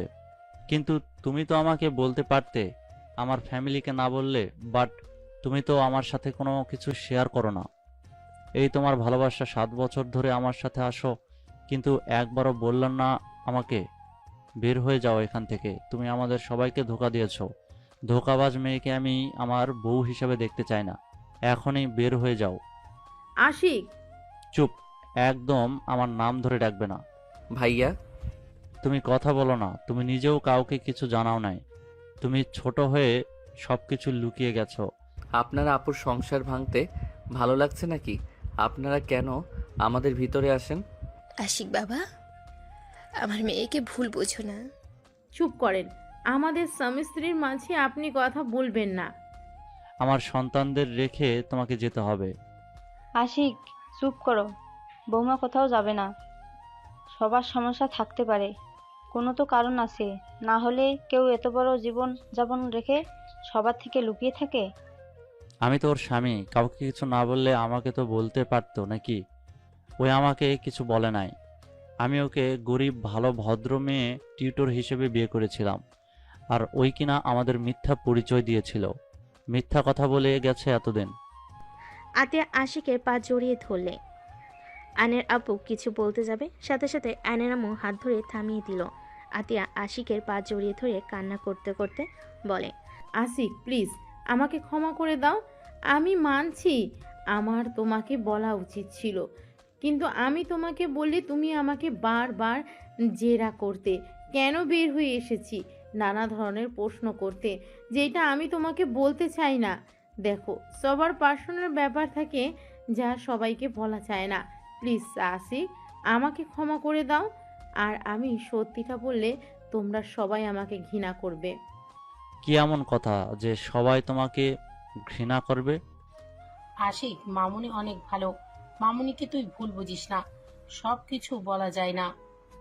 কাউকে বলা না গেলে আমাকে তো বলা যায়, তাই না? আতিয়া, পা ছাড়ো, বিরক্ত লাগছে। আর শোনো, তোমার বাবা মায়ের সাথে দুজন চলে যাও। আমি যাব না। আমি ওনাদের সাথে যেতে চাই না। আমি যদি চাই আমাদের আর কখনো বাংলাদেশে আসতে দেবে না। ওনাদের মান সম্মানে লাগবে এই বাড়ির বউ বলে। ভাইয়া প্লিজ আমাদের ক্ষমা করে দেন। আয়ন আশিকের সামনে গিয়ে ক্ষমা চাইলে আশিক কিছু না বলে আতিয়াকে সরিয়ে দিয়ে রুমে চলে গেল। আতিয়া আশিকের পিছন পিছন যেতে লাগলো। আয়ন রেগে বলতে লাগলো, এখানে আসতে কে বলেছিল আপনাদের? আপনারা কি ভাবছেন আপনারা এখানে আসবেন আর আপু আমি আপনাদের সাথে চলে যাব? আয়ান, বিশ্বাস কর বাবা, আমরা বুঝতে পারিনি এমন কিছু হবে। আমরা তো তোর হারিয়ে যাওয়ার খবর শুনে গতকাল দেশে এসেছি। 1টার দিকেই রহিমা আমাদের কল দিয়ে বলল, তাই আমরা এখানে এসেছি তোদের বুঝিয়ে নিয়ে যাওয়ার জন্য। আমরা বুঝতে পারিনি এমন কিছু হবে। ভালো করছেন ভাইয়া, যদি বের করে দেয় আপনাদের খবর আছে। আপনারা এখান থেকে দয়া করে চলে যান। আয়ন হাত জোর করে বলে আয়নের আম্মু কান্না করতে করতে চলে গেল। আয়নের আব্বু বলে ওঠে, ভুল আমাদের ছিল। তোমার আম্মুকে কেন তোমরা কষ্ট দিচ্ছ? আয়ন কিছু না শুনে অন্যদিকে ঘুরে দাঁড়ালে আয়নের আব্বু চলে গেল। রহিমা খালাও চলে গেল। নদীর আম্মু বলে ওঠে, আমি জানি না তোমাদের মাঝে কি হয়েছে, কিন্তু তোমরা কাজটা ঠিক করলে না। উনি তোমাদের জন্ম দিয়েছে, তোমাদের 9 বছর ধরে কাছে পায় না, না তোমাদের দেখতে পারছে না ছুঁয়ে দেখতে পারছে। আমি একজন মা, আমার মেজো সন্তানটাই দূরে থাকে, প্রতিনিয়ত ওর জন্য বুকটা পুড়ে। আমি তাও আমার সন্তানের সাথে ফোনে কথা বলতে পারি, আর উনি তাও পারে না। উনি তোমাদের ছাড়া ভালো নাই। আমার মনে হয় তোমার বাবা মায়ের কাছে একবার যাওয়া উচিত। আপু আমার ভালোর জন্য আমাকে নিয়ে এত দূর চলে এসেছে। আপু অনুমতি না দিলে আমি কিছু করতে পারবো না। আমার মনে হয় ভাবিকে তোমার বোঝানো উচিত। সবাই মিলে কথা বলতে লাগলো। আর এদিকে আতিয়া আশিককে বলতে লাগলো, শুনতে চাও কেন তাদের থেকে দূরে? ওকে, তাহলে শোনো। রহিমা খালা আমাদের বাসার বিশ্বস্ত কাজের লোক। উনি আমাকে আয়ান ভাইয়াকে বড় করেছে। লন্ডনে গেলে ওনার ছোট মেয়েকে নিয়ে যায়, আর ছোট মেয়ে আমার সাথে সব সময় থাকতো। আমি ওকে অনেক ভালোবাসতাম, ছোট বোনের মতো। ভাইয়াও ছোট মেয়েটাকে একা পেয়ে রেপ করেছিল। মেয়েটা সহ্য করতে না পেরে মারা যায়। আতিয়ার কথা শুনে আশিক যেন থমকে গেল, চোখ কপালে উঠে পড়ল। আশিক বলে ওঠে, কি রুমে ধর্ষণ হয়েছিল? ওই অ্যাক্সিডেন্ট করে মারা যায় নাই? আর ওই যখন ধর্ষণ হয় তুমি কোথায় ছিলে? ওটা মিথ্যা কথা ছিল। আমি আমার ফ্রেন্ডদের সাথে 7 দিনের ট্যুরে গেছিলাম। আর ট্যুরে গেলে আয়ান রুমি জন্য কিছু না কিছু আনতাম। সেই দিন ওর জন্য গিফট নিয়ে আসলে ওকে খুঁজলে কেউ কিছু বলে না, সবাই চুপচাপ হয়ে থাকে। আয়ান ছোট মানুষ দৌড়ে এসে আমাকে জড়িয়ে ধরে বলে, আপু, রুমি আপুকে তো ভাইয়া আকাশে তাড়া করে দিয়েছে। কাউকে বলো না আমি তোমাকে আসতে বললাম, বললে ভাইয়াকে পুলিশ ধরে নিয়ে যাবে। কথাগুলো শুনে আমার হাত পা ঠান্ডা হয়ে যাচ্ছিল। আমি চিৎকার করলে পরে জানতে পারি সব কিছু। আর আব্বু আম্মু সব জানার পর চুপ করেছিল। আব্বু সব কাজের লোককে টাকা দিয়ে মুখ বন্ধ করে রেখেছিল। রইমা খালা পাগল হয়ে গেছিল প্রায়। ওনাকে নিয়ে আমি থানায় যেতে চাইলে উনি আমার সাথে থানায় যায় না। টাকা দিয়ে রুমির মৃতটা অ্যাক্সিডেন্ট বলে চালিয়ে দেয়। আতিয়া কান্না করতে লাগলো, আশিকের দিকে তাকিয়ে বলে, তাহলে বলো ওই ফ্যামিলিতে কিভাবে থাকবো? ছেলে এত বড় অন্যায় করলো, অথচ বাবা মা কিছু বলে নাই, চুপ করে থাকছে। আর আমাকে মুখ বন্ধ রাখতে বলছে। আমাকে রুমে বন্দি করে রেখেছিল। আম্মু পর্যন্ত আমাকে হুমকি দেয়, সেখানে বলবে ওদের পরিচয় সবাইকে জানাই। আজও কেউ জানে না যে রুমির মৃত্যু সত্যিটা। এইটা আমাকে তিলে তিলে কুড়ে খাচ্ছে। আমার নিজের ভাই হলে কি হবে? ওর শাস্তি পাওয়া উচিত ছিল। আর খালা আজ টাকার কাছে বিক্রি হয়ে গেছে। যা দেখতে পারছো সব আমার বাবার টাকায় করছে। তার বাকি সন্তানদের কথা ভেবে রুমির সাথে অন্যায় ভুলে গেছে। আমার সাথে শুধু থাকতো, তাতে আমি রুমিকে ভুলতে পারি নাই। আর উনি মা হয়ে টাকার কাছে বিক্রি হয়ে গেল। আতিয়া কান্না করতে লাগলো। আশিক আতিয়াকে জড়িয়ে ধরলো বুকের সাথে। আশিক আতিয়ার মাথায় চুমু দিল। আতিয়া বলতে লাগলো, ভাইয়া অনেক মেয়েদের জীবন নষ্ট করেছে। আমার তাতে ওকে দেখতে ইচ্ছে হতো না। লাস্টে রুমির সাথে যা করেছে সেইটা মেনে নিতে পারি নাই। আর বাবা মাকে তার হয়ে কথা বলতে দেখে পরে আর উপায় না পেয়ে আয়ানকে নিয়ে আমি পালিয়ে দেশে চলে আসি। আমি চাই না আয়ানও ভাইয়ার মতো হয়ে যাক। এখন বলো আমি কি খুব অন্যায় করেছি? যারা অন্যায়কে অন্যায় মনে করে না, আমার ঘৃণা হয় ওনাদের দেখলে। সেখানে তাদের পরিচয় কেন চলবো বলতে পারো? আই অ্যাম সরি, আমি তোমাকে ভুল বুঝেছি। তোমাকে নিয়ে আমার গর্ব হচ্ছে। আমি ভুল মানুষকে আমার জীবন সঙ্গী হিসেবে বেছে নেই নাই। ওকে আর কাউকে এইসব বলার দরকার নাই। তুমি তোমার মতো থাকো। আতিয়া আশিককে জড়িয়ে ধরে কান্না করতে লাগলো। আশিক আতিয়াকে সান্ত্বনা দিতে লাগলো। আইন রুমে গিয়ে বসে থাকতে লাগলো। নদী আয়নের পাশে এসে বসলো। আইন নদীর দিকে তাকিয়ে আবার নিচের দিকে তাকালো। নদী আয়নকে বলল, আমার মনে হয় তোমার ফ্যামিলির সাথে তোমার থাকা উচিত। ওনার চোখের পানি মিথ্যা ছিল না। তোমাদের হারানো ব্যথা তার চোখের পানিগুলো স্পষ্ট দেখা যাচ্ছিল। সেই তোমাদের আম্মু, সেই কখনোই তোমাদের ক্ষতি চাইবে না। আমারও ইচ্ছে করে আম্মুর কাছে যেতে, কিন্তু আমি আপুকে কষ্ট দিতে পারবো না। ভাবিকে কাছে গিয়ে বোঝাও, দেখো বাবা মা কতদিন বাঁচবে। যদি তাদের সাথে শেষ পর্যন্ত না থাকতেই পারে, তাহলে সন্তান হয়ে জন্ম নিয়ে কি লাভ হইল? ফ্যামিলির সাথে বাঁচতে শিখতে হয়। সবাই মিলেমিশে থাকার মাঝে আনন্দ আছে। দেখো না আমাদের ফ্যামিলি একসাথে থাকে, কত মজা হয়। এভাবে দূরে দূরে থাকলে কি কোনো মজা আছে বলো? আমি কি করব? আমার মাথায় কিছুই ঢুকছে না। মাথা ব্যথা করছে, ঘুমাবো। আইন উপর হয়ে শুয়ে পড়ল। নদী আয়নের দিকে কিছুক্ষণ তাকিয়ে থেকে ভাবতে লাগলো, তুমি আমাকে ছেড়ে চলে যাবে। ভাগ্যিস তোমার প্রতি ভালোবাসা প্রকাশ করি নাই, করলে আজ আরো বেশি কষ্ট পেতে হইতো। নদীর চোখের কোণায় পানি গড়িয়ে পড়তেই মুছে নিল। সন্ধ্যার দিকে ঘুম ভাঙলে চোখ খুলে দেখে নদী ওর পাশে আদর্শা হয়ে বসে আছে।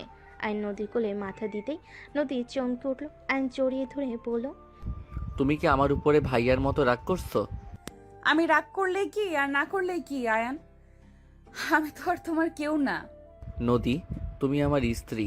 তুমি কি আমাকে ভালোবাসতে পারবে না? আমি কি তোমার ভালোবাসা পাওয়ার যোগ্য না? তুমি বড়লোক ঘরের ছেলে, আমাদের সাথে তোমার যায় না। তুমি বিয়ে করলে বড়লোক দেখে বিয়ে করবে। তুমি আমার গার্লফ্রেন্ড না, নদী, তুমি আমার বিয়ে করা বউ। বউ গার্লফ্রেন্ডের মধ্যে অনেক পার্থক্য। আমি তোমাকে খুব তাড়াতাড়ি ডিভোর্স দিয়ে দিব। ও সরি, তুমি তো অন্য কাউকে ভালোবাসো। আমাকে ডিভোর্স দিয়ে তার কাছে চলে যাবে নাকি? তোমাকে যখন ওই লোকটা বিয়ে করলো না, তখন তুমি তোমার বয়ফ্রেন্ডকে বিয়ে করতে পারো নাই? কোথায় ছিল তোমার বয়ফ্রেন্ড? দেখো, আমি তোমাকে ছাড়তে পারবো না। মানুষ জীবনে বিয়ে একবার করে, বারবার করার কোনো ইচ্ছে নাই। আমি তোমাকে ভালোবাসি। আমি আর কাউকে বউ হিসেবে মেনে নিতে পারবো না। তুমি আমাকে ভালোবাসো না, এটা আবেগের বশে বলছো। তোমার বাবা মা যদি বলে মেয়ে বড় বেশি, ছেলের বউ হিসেবে মানলাম না, তখন তুমি নিজেই আমার হাত ছেড়ে দিবে। আর এখন আমাকে ভালো লাগছে, ভবিষ্যতে আমাকে তোমার ভালো লাগবে না। নদীর কথা শুনে আয়নের রাগ উঠল। আয়ন কোনো কিছু না বলে উঠে পড়ল। আয়ন ওয়াশরুমে চলে গেল। আয়ন মুখে পানি দিয়ে আয়নের দিকে তাকিয়ে থাকতে আয়ন ভাবতে লাগলো, আমাকে ডিভোর্স দিবা তাই না? আগে তোমাকে বাচ্চার আম্মু বানাই, তারপর দেখবো আমাদের ছেড়ে কিভাবে যাও। আর এই ফালতু কথা বলা বের করব। আয়ন দুষ্টু হাসি দিয়ে ফ্রেশ হয়ে বের হইল। নদীর দিকে তাকাতে নদী উঠে চলে গেল। আয়ন নদীর পিছন পিছন যেতে লাগলো। আয়নের পকেটে বাদাম থাকাতে আয়ন একটা বাদাম নিয়ে সোজা নদীর কোমরের দিকে ছুঁড়ে মারল। নদীর ভুর কুচকে পিছনে তাকালে আয়ন শীষ বাজাতে বাজাতে অন্যদিকে তাকিয়ে নিচে নেমে যেতে লাগলো। নদী বলে উঠল, ফাজিল কোথাকার, বেয়াদব ছেলে একটা। নদীর কথা শুনে সবাই নদীর দিকে তাকালো। আয়ন নদীর দিকে তাকিয়ে বলে, এক্সকিউজ মি, আমাকে কিছু বলছেন? থাপ্পড় মেরে দাঁত ফেলে দিব। আন্টি, এটা কি ধরনের বেয়াদব বলেন তো? স্বামীর দাঁত ফেলে দিলে সবাই ওনাকে বলবে না? দাঁত ছাড়া স্বামী, মান সম্মান কার যাবে বলেন তো? আয়নের কথা শুনে আতিয়াবাদের সবাই হেসে দিল। নদী রেগে বলে উঠল, জাস্ট শাট আপ আয়ান। ঢং। আয়ন কথাটা বলে নিচে নামলো। নদী নিচে নেমে সোফায় বসলে আতিয়া বলে ওঠে, নদী, মন থেকে একটা কথা বলবে? কি কথা ভাবি? তুমি কি সত্যি আয়নের সাথে থাকতে চাও না? দেখো, মন থেকে বলো। যদি না থাকতে চাও তাহলে আমাদের বলো। আতিয়ার কথা শুনে নদী চুপ করে থাকলো। আয়ন বলে ওঠে, আপু, ওনার কথা রাখো। আমি ওনাকে ডিভোর্স দিব না। উনি আমাকে মেনে নিক বা না নিক, উনি আমার স্ত্রী নামে থাকবে। আমি বেঁচে থাকতে ওনাকে অন্য কারো হতে দিব না। Just shut up. কেউ থাকতে না চাইলে তাকে জোর করে রাখা যায় না আয়ান। যে চলে যেতে চায় তাকে চলে যেতে দিতে হয়, না হলে সেই তীরে তীরে কষ্ট পেতে পেতে মারা যাবে। আপু, আমি ওনাকে ছাড়া কাউকে আমার লাইফে চাই না। উনি আমার স্ত্রী, উনি থাকবে সারা জীবন। বলো। আয়নের কথা শুনে নদী অবাক হয়ে তাকালো।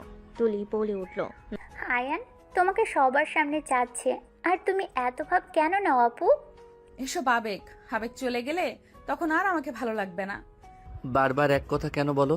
আমি একবারও বলছি এইটা আমার আবেগ, তুমি আমার স্ত্রী, তাই আমি তোমাকে ভালোবাসতে শুরু করছি। বলতে ভালোবাসি।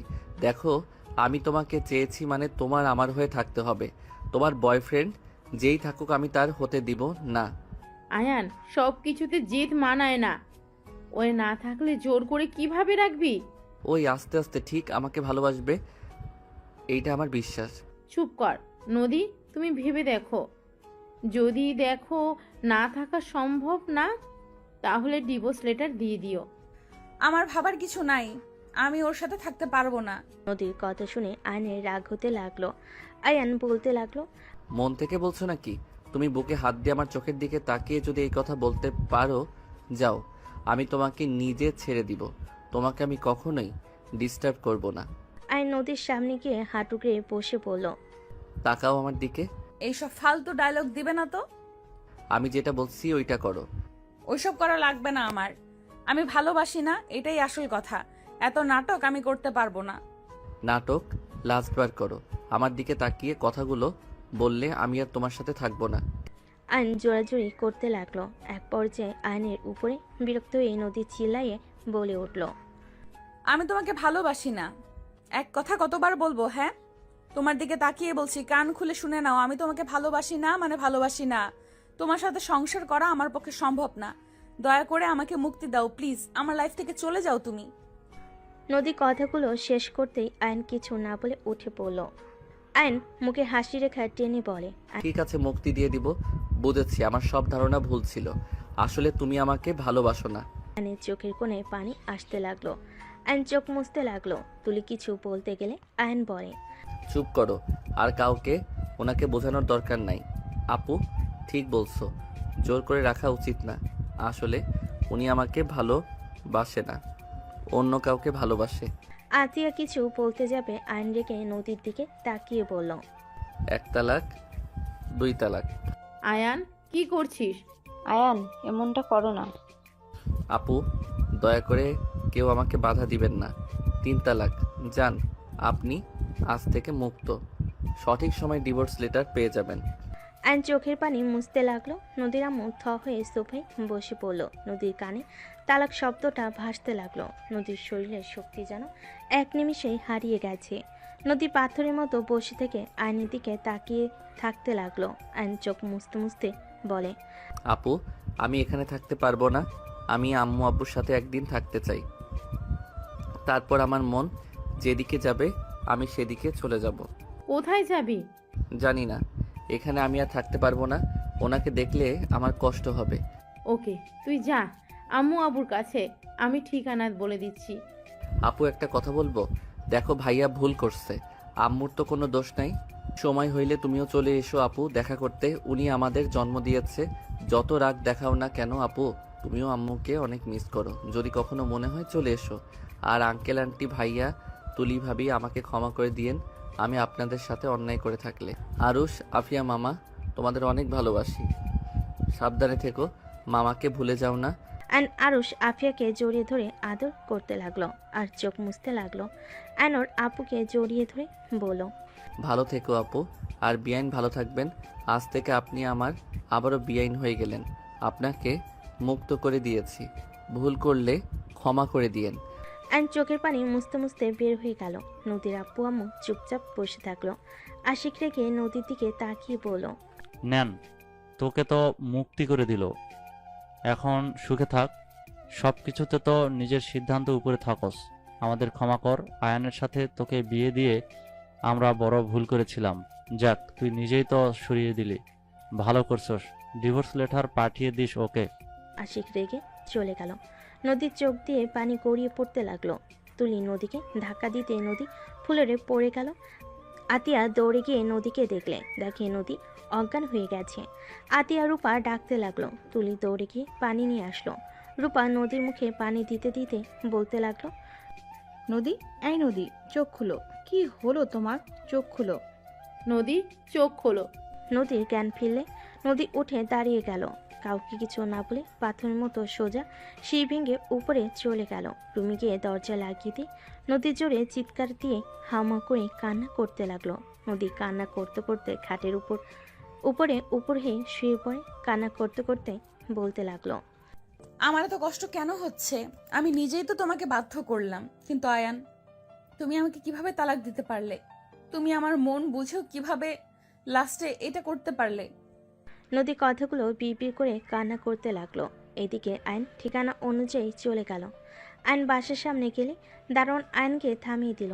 আইন বলতে লাগলো, আমাকে যেতে দেন, আমি এই বাড়ির ছেলে। আইনের কথা শুনে দারোয়ান বডিগার্ড হাসতে লাগলো। দারোয়ান বলে ওঠে, ওই ছেলে, এখান থেকে যা। বিরক্ত করিস না, বেশি বুঝলে পুলিশে ধরিয়ে দেব। কথাগুলো বলে একজন আইনকে ধাক্কা দিলে সাথে সাথে এক গাড়ির সাথে ধাক্কা খেলো। ধাক্কা খেয়ে রাস্তায় পড়ে গেল। গাড়ি থেকে সাথে বের হয়ে দৌড়ে আইনের কাছে গিয়ে তুলে পড়ল। আয়ান, তুমি এখানে? আর ওই, আপনারা ওকে ধাক্কা কেন দিলেন? আর একটু হলে কি হতো? দারোয়ান সাথীকে সালাম দিয়ে বলে, ম্যাম, এই ছেলেটা কখন থেকে বিরক্ত করছে? বলে উনি নাকি স্যারের ছেলে। ঠিক তো বলছে, ওই এই বাড়ির ছেলে। সরেন সামনে থেকে। সবাই অবাক হয়ে তাকালো। আইনের পায়ে ধরে ক্ষমা চাইতে যাবে, সাথে সাথে আইন বলে, কি করছেন? আমি আপনার ছোট, আমার পায়ে কেন ধরতে নিয়েছেন? দেখেন, আমি কিছু মনে করি নাই। আপনারা আপনাদের দায়িত্ব পালন করছেন। আইন কথাগুলো বলে সাথে সাথে ভিতরে গেল। সাথীকে আইন ধন্যবাদ দিয়ে দিল। দুজন সদর দরজার সামনে দাঁড়িয়ে কলিং বেলে চাপ দিল। কাজের লোক দরজা খুলে দিল। সাথী আইন একসাথে বাসার ভিতর ঢুকলো। বসার ঘরে যেতেই সবাই আইনকে দেখে অবাক হয়ে গেল। আইনের আম্মু দৌড়ে এসে আইনকে জড়িয়ে ধরে বলে, আয়ান বাপ, তুই এসেছিস? আমি তো বিশ্বাস করতেই পারছি না। আয়ান, তুই আসি করে আসে নাই? না, আমি একা এসেছি। আয়নকে দেখে রাফি দৌড়ে এসে আয়নকে জড়িয়ে ধরে কান্না করে দিল। রাফি কান্না করতে করতে বলতে লাগলো, আয়ানবাবু কেমন আছিস তুই? ভাই আমাকে ক্ষমা করে দে ভাই। রাফি আয়নকে জড়িয়ে ধরে কান্না করতে লাগলো। আয়নকে দেখে সবাই এক এক করে আয়নকে আদর করতে লাগলো। আয়ন সবার সাথে কুশল বিনিময় করলো। আয়নের আব্বু বলে, আয়ান আতিয়া আসবে না? আমি জানি না। আচ্ছা আয়ান, চল রুমে গিয়ে ফ্রেশ হয়ে নে বাবা। আয়নের আম্মু আয়নকে নিয়ে রুমে চলে গেল।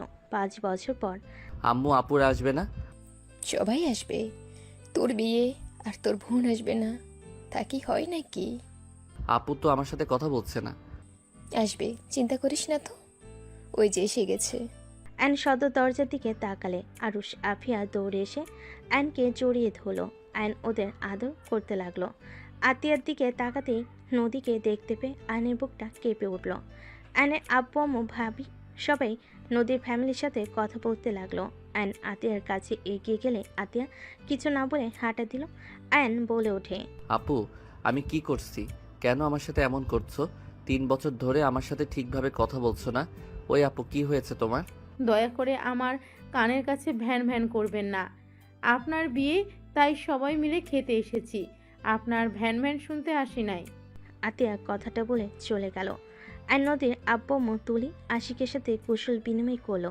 নদীর দিকে তাকাতেই নদী মিষ্টি করে হেসে বলে, অভিনন্দন বিআই। ধন্যবাদ। কেমন আছেন? জি আলহামদুলিল্লাহ, অনেক ভালো। ভিতরে আসেন। আয়ন সবাইকে ভিতরে আসতে বলল। আয়নের আম্মু বলে, আয়ান মামনিদেরকে রুমে নিয়ে যা। ঠিক আছে আম্মু। আয়ন নদী তুলির লাগেজ নিয়ে হাঁটতে লাগলো। দুজন আয়নের পিছন পিছন যেতে লাগলো। তুলি বলে ওঠে, আয়ান, তোমাদের বাসাটা তো বিশাল বড়, এত বড় বাসায় থাকতে ভয় লাগে না? একটু তো ভয় লাগতো, এখন বিয়ে করতে যাচ্ছি, বউ পাশে থাকলে ভয় আসার প্রশ্ন ওঠে না। ও আচ্ছা। হুম। নদী তুলি আয়নের পিছন পিছন যেতে লাগলো। আয়ন ওদের রুম দেখিয়ে দিয়ে রুম থেকে বের হয়ে গেল। আয়নের বুকের ভিতর ঝড় উঠতে লাগলো। আর নিজেকে সামলিয়ে নিয়ে ওর কাজিনদের সাথে আড্ডা দিতে চলে গেল। সন্ধ্যের দিকে আয়ন রুমে একা বসে আছে, এক দৃষ্টিতে ফ্লোরের দিকে তাকিয়ে আছে। আয়নের আম্মু ডাক দিলে আয়ন ভাবনার জগৎ থেকে বের হয়ে নিচে চলে গেল। আতিয়া না তাকিয়ে অন্যদিকে তাকালো। আয়ন ওর আম্মুর দিকে তাকিয়ে বলল, কিছু বলবে? সারাদিন রুমে কি করিস? হ্যাঁ, এতগুলা বিআই থাকতে সবাইকে নিয়ে একটু ঘুরে আসতে পারিস না? ওই খচ্চর 4টা তোদের কাজ কি ছিল? আয়নের কথা শুনে ওর এক কাজিন বলে, ভাইয়া আমার দোষ নাই, ওনারা তোমার কথা বলে, সবাই একসাথে যাবে। আম্মু আমি একটু সাথীদের বাসায় যাব। বাবা, আয়ান বউকে কি চোখে হারাচ্ছ নাকি? তুলির কথা শুনে নদী আতিয়া বাদে সবাই হাসতে লাগলো। আয়ন মুখে হাসি রেখা টেনে বলে, ওকে, যাও যাও, আগামীকাল তো গায়ে হলুদ, তারপর বিয়ে, এখনো তাকে পেতে হইলে 2 দিন অপেক্ষা করতে হবে। রাফি আয়নের দিকে তাকিয়ে বলে, আয়ান তুই ঠিক আছিস? কোনো কিছু নিয়ে চিন্তায় আছিস নাকি? দেখ, তোর যদি ওই বিয়েতে মত না থাকে সোজা বলে দে, আমি ওদের বুঝিয়ে নেব। তোর উপরে প্রেশার দিতে চাই না। রাফির কথা শুনে আতিয়া বলে ওঠে, আপনি আবার অন্যের কথাও ভাবেন? রাফি আতিয়ার কথা শুনে চুপ হয়ে গেল। আর কিছু না বলে আরুষ আপিয়ার সাথে খেলা করতে লাগলো। আইন কিছু না বলে যেই ঘুরতে যাবে, পিছনে সাথে সাথে রাকিবকে দেখে আইন খুশিতে জড়িয়ে ধরল। দোস্ত তুই এসেছিস? তোর বিয়ে আমি আসবো না তা তো হয় না। তোর শালিকার সাথে প্রেম তো করা লাগবে নাকি? শালা? তুই শালা হবি, আমি না। ওকে যেই হোক চল আমার সাথে, আমার ভালো লাগছে না। কোথায় যাব? যেখানে যাওয়ার কথা। আরে এটাই তো ম্যাম। রাকিব আইনকে ছেড়ে দিয়ে নদীর সামনে গিয়ে বলে, আসসালামু আলাইকুম ম্যাম, কেমন আছেন? ওয়ালাইকুম সালাম, ভালো, তুমি কেমন আছো? আলহামদুলিল্লাহ ম্যাম, আপনার সাথে তো আয়নের তেমন একটা কথাই হতো না, সেখানে আর কাউকে দাওয়াত না দিয়ে আপনাকে দিয়েছে। রাকিব ওইটাই আমার বোন। আশিকের কথা শুনে রাকিব ভ্যাবাচেকা খেয়ে গেল। রাকিব মুখ ফসকে বলে ওঠে, শালা তুই তাহলে ম্যামের প্রেমে হাবুডুবু খাচ্ছিলি? রাকিবের কথা শুনে সবাই অবাক হয়ে গেল। আইন রাকিবের মুখ চেপে ধরে নিয়ে যেতে লাগলো। আইনকে গাড়িতে তুলে আইন ড্রাইভিং করতে লাগলো। আইন সোজা সাথীদের বাসায় চলে গেল। আইনকে দেখে সবাই অবাক হয়ে তাকিয়ে আছে। আইনের ভাবি বলে ওঠে, আয়ান তুমি এখানে, ভিতরে আসো। ভাবি সাথী কোথায়? আয়নের কথা শুনে সবে মিটিমিটি হাসতে লাগলো। আয়নের ভাবি মিটিমিটি হেসে আয়নকে দেখিয়ে দিল রুম। আয়ন রাকিবকে নিয়ে সোজা সাথীর রুমের দিকে নক করতে লাগলো। কে? আমি আয়ান। আসো। আয়ন রাকিবকে বাহিরে রেখে ভিতরে ঢুকলো। সাথী আয়নকে দেখে বলল, তুমি এখানে কেন? আমার লাইফটা নষ্ট করতে নিয়েছো? আবার দেখতে আসলে নাকি যে কেমন দেখা যাচ্ছে বিয়ের পর কেমন অবস্থা করব? সাথী বাজে কথা বলো না। রাকিব ভিতরে আয়। রাকিব ভিতরে আসলে সাথী রেগে বলে, তুমি এখানে কি করছো? বের হও। এই চুপ করো, শুনো। আমি রাকিবকে বলেছিলাম তোমাকে পটাতে। হ্যাঁ মানছি আমি ওকে লোভ দেখিয়েছিলাম, কিন্তু রাকিব তো তোমাকে সত্যি করে ভালোবাসে। ওই তোমাকে লোভের জন্য ভালোবাসে নাই। তুমি শুধু শুধু ওর উপরে রেগে আছো। শুনো, রাগ জিদ অভিমান করে ভুল সিদ্ধান্ত নিও না, যা সারা জীবন পস্তাতে হবে। আমার কাছে আইডিয়া আছে, শোনো। আমার কিছু শুনতে হবে না, বের হও দুজন। আমার কারোর সাথে কথা বলার কোনো ইচ্ছে নেই। রাকিব সাথীর পায়ের কাছে বসে পা জড়িয়ে ধরে বলে, সাথী, আমি তোমাকে অনেক ভালোবাসি। আমি তোমাকে ছেড়ে থাকতে পারবো না। আমি তোমাকে নিয়ে পালিয়ে যেতে চাই। সাথী, আমার চাকরি হয়েছে। আমি জানি আমি তোমাকে তোমার আব্বুর দামি দামি কিছু দিতে পারবো না, তবে আমি তোমাকে কখনোই কষ্ট পেতে দিব না। আমি তোমাকে সুখে রাখার চেষ্টা করব। প্লিজ তুমি আমাকে ক্ষমা করে দাও। রাকিব কান্না করতে নিলে সাথী নিজের রাগ অভিমান ভুলে রাকিবকে জড়িয়ে ধরে কান্না করতে করতে বলে, আমার কিচ্ছু চাই না, আমি শুধু তোমাকে চাই রাকিব। চলো এখন পালিয়ে যাই আমরা। এই না, এখন না, আমার আইডিয়া শোনো। অ্যান্ড দুজনকে প্ল্যান খুলে বলো। কথা বলা শেষ হলে সাথী বলে, ওকে, এখন যাও দুইজন। আরে বউ একটু দেখি না। শালা, কাকে বউ বলোস? অথুক্কু, বন্ধুর বউ মানে তো আমারও বউ, আর আমার বউ মানে তো তোর ম্যাম। অ্যানের কথা শুনে দুজন হেসে দিল। অ্যান রাকিবকে নিয়ে বের হয়ে গেল। অ্যান সোজা বাসায় চলে গেল। অ্যান রাকিব রুমে বসে থেকে প্ল্যান করতে লাগলো। অ্যানকে ওর কাজিনরা ডেকে নিয়ে যেতে লাগলো। ওদের সাথে সাথে গিয়ে আড্ডা দিতে লাগলো। রাতে দুজন রুমে গিয়ে ঘুমিয়ে গেল। সকালে হলুদের অনুষ্ঠান শুরু হলে সবাই নাচ গান করতে লাগলো। নদী আয়নের দিকে তাকিয়ে মুখে হাসি রেখা টেনে আয়নের গালে হলুদ লাগিয়ে দিল। আয়ন নদীর হাত ধরলে নদীর চোখের পানি গড়িয়ে পড়ল। আয়ন টান দিয়ে ঘুরিয়ে হলুদ লাগিয়ে দিয়ে বলে, আরে বিয়াইন আমাকে দিবেন, শুধু নিজেও তো নেন। আয়ন হলুদ দিয়ে হাসতে লাগলো। সাথে ওর কাজিনরা বন্ধুরা হাসতে লাগলো। গায়ে হলুদের অনুষ্ঠান শেষ হয়ে গেলে সবাই আড্ডা দিতে লাগলো। বিয়ের দিন চলে আসলো। 6টার দিকে বরপক্ষ হয়ে রওনা দিল। আয়ন রাকিব ওর বন্ধুরা সবাই বরের ড্রেস পরেছে। সবাই রুমাল দিয়ে মুখ ঢেকে রেখেছে। সাথীদের বাসার সামনে গেটে নামলে সবাই একসাথে ভিতরে গিয়ে বসে পড়ল। অ্যান্ড আস্তে আস্তে ওইখান থেকে সরে সোজা কাজীর কাছে চলে গেল। কাজীকে টাকা দিয়ে রাকিবের আর সাথীর বিয়ে সব কিছু লিখে রাখতে বলল। ওখানে ঠিক করে অ্যান্ড রাকিবকে টেক্সট দিয়ে ওখান থেকে চলে গেল। অ্যান সোজা ব্রিজের নিচে চলে গেল। অ্যান শেরানি খুলে ফেলে দিল আর আকাশের দিকে তাকিয়ে থেকে ভাবতে লাগলো, আল্লাহ, আমার প্রিয় মানুষটা কেন আমার হয়েও হলো না? সাথীর মতো কেন আমাকে ভালোবাসতে পারলো না? সাথী রাকিবের ধোঁকা জেনেও তোকে কবুল করে নিল, আর আমার ভালোবাসার মানুষের কাছে আমি কি অন্যায় করেছিলাম?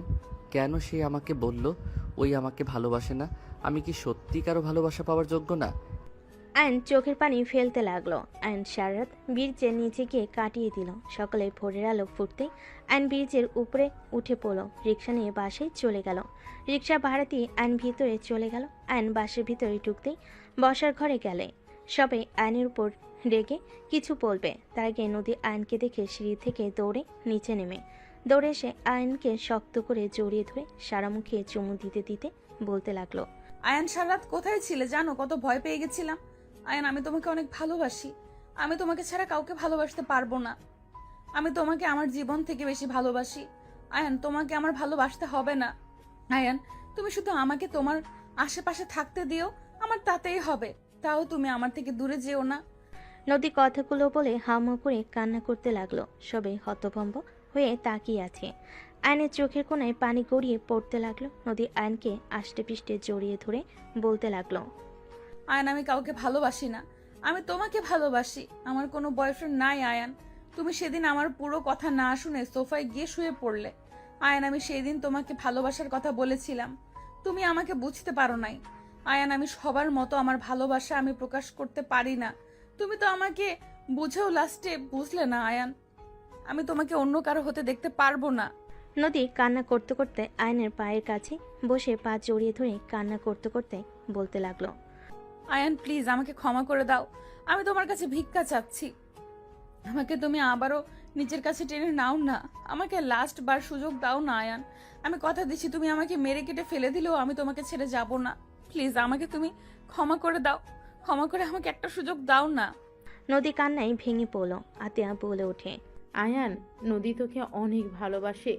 3 বছর ধরে তোকে আমি এইসব বলার চেষ্টা করছি, তুই আমার কথা না শুনে কল কেটে দিতি, নদীর কোনো কথা শুনতে চাইতি না। এইসব হচ্ছেটা কি?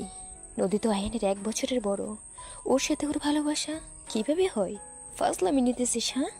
আয়নের আম্মু আর কিছু বলবে তার আগে আয়ন নদীকে 2 হাত দিয়ে তুলে ধরে চোখের পানি মুছে দিয়ে বুকের সাথে জড়িয়ে ধরে বলে, কি করছো? আমার পায়ে কেন ধরছো? আমি তোমাকে ভালোবাসি আর সারা জীবন আমি তোমাকে ভালোবেসে যাব। তুমি আমার পাশে থাকো বা না থাকো, সেই দিন তুমি আমাকে ওইভাবে না বললে আজ একটা ভালো সম্পর্ক থাকতো। আয়ান, কি বল বকছিস? নদী আতিয়ার 1 বছরের ছোট হবে। ওই তোর বড় বোনের মতো।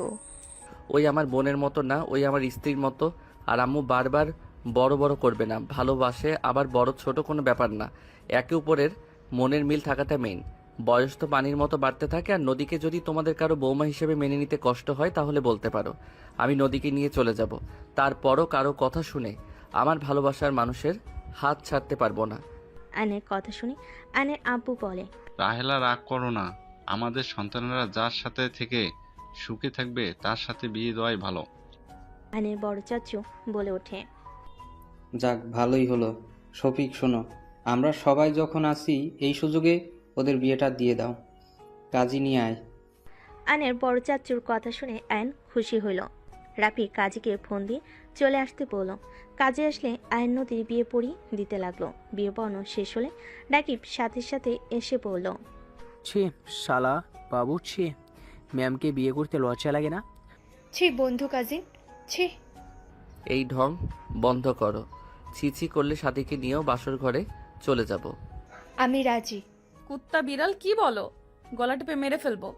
নদী আয়নের গলা ধরে সবাই হাসতে লাগলো। আয়ন নদীর হাত ধরে বলতে লাগলো, আরে আরে বউ, মজা করছি।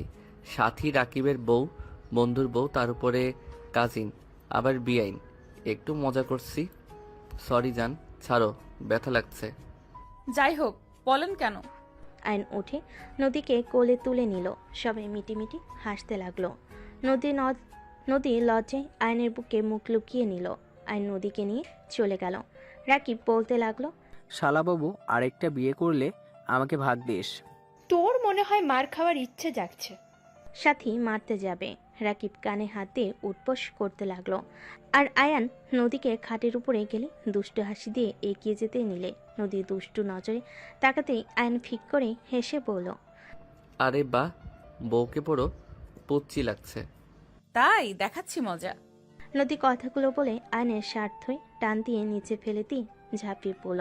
আয়ন নদীকে নিয়ে সুখের সাগরে চলে গেল। কি ভাই, এত খুশি হওয়ার কিছু নাই, আপনি তো সিঙ্গেল, যান যান, এদের রোমাঞ্চ করতে দেন।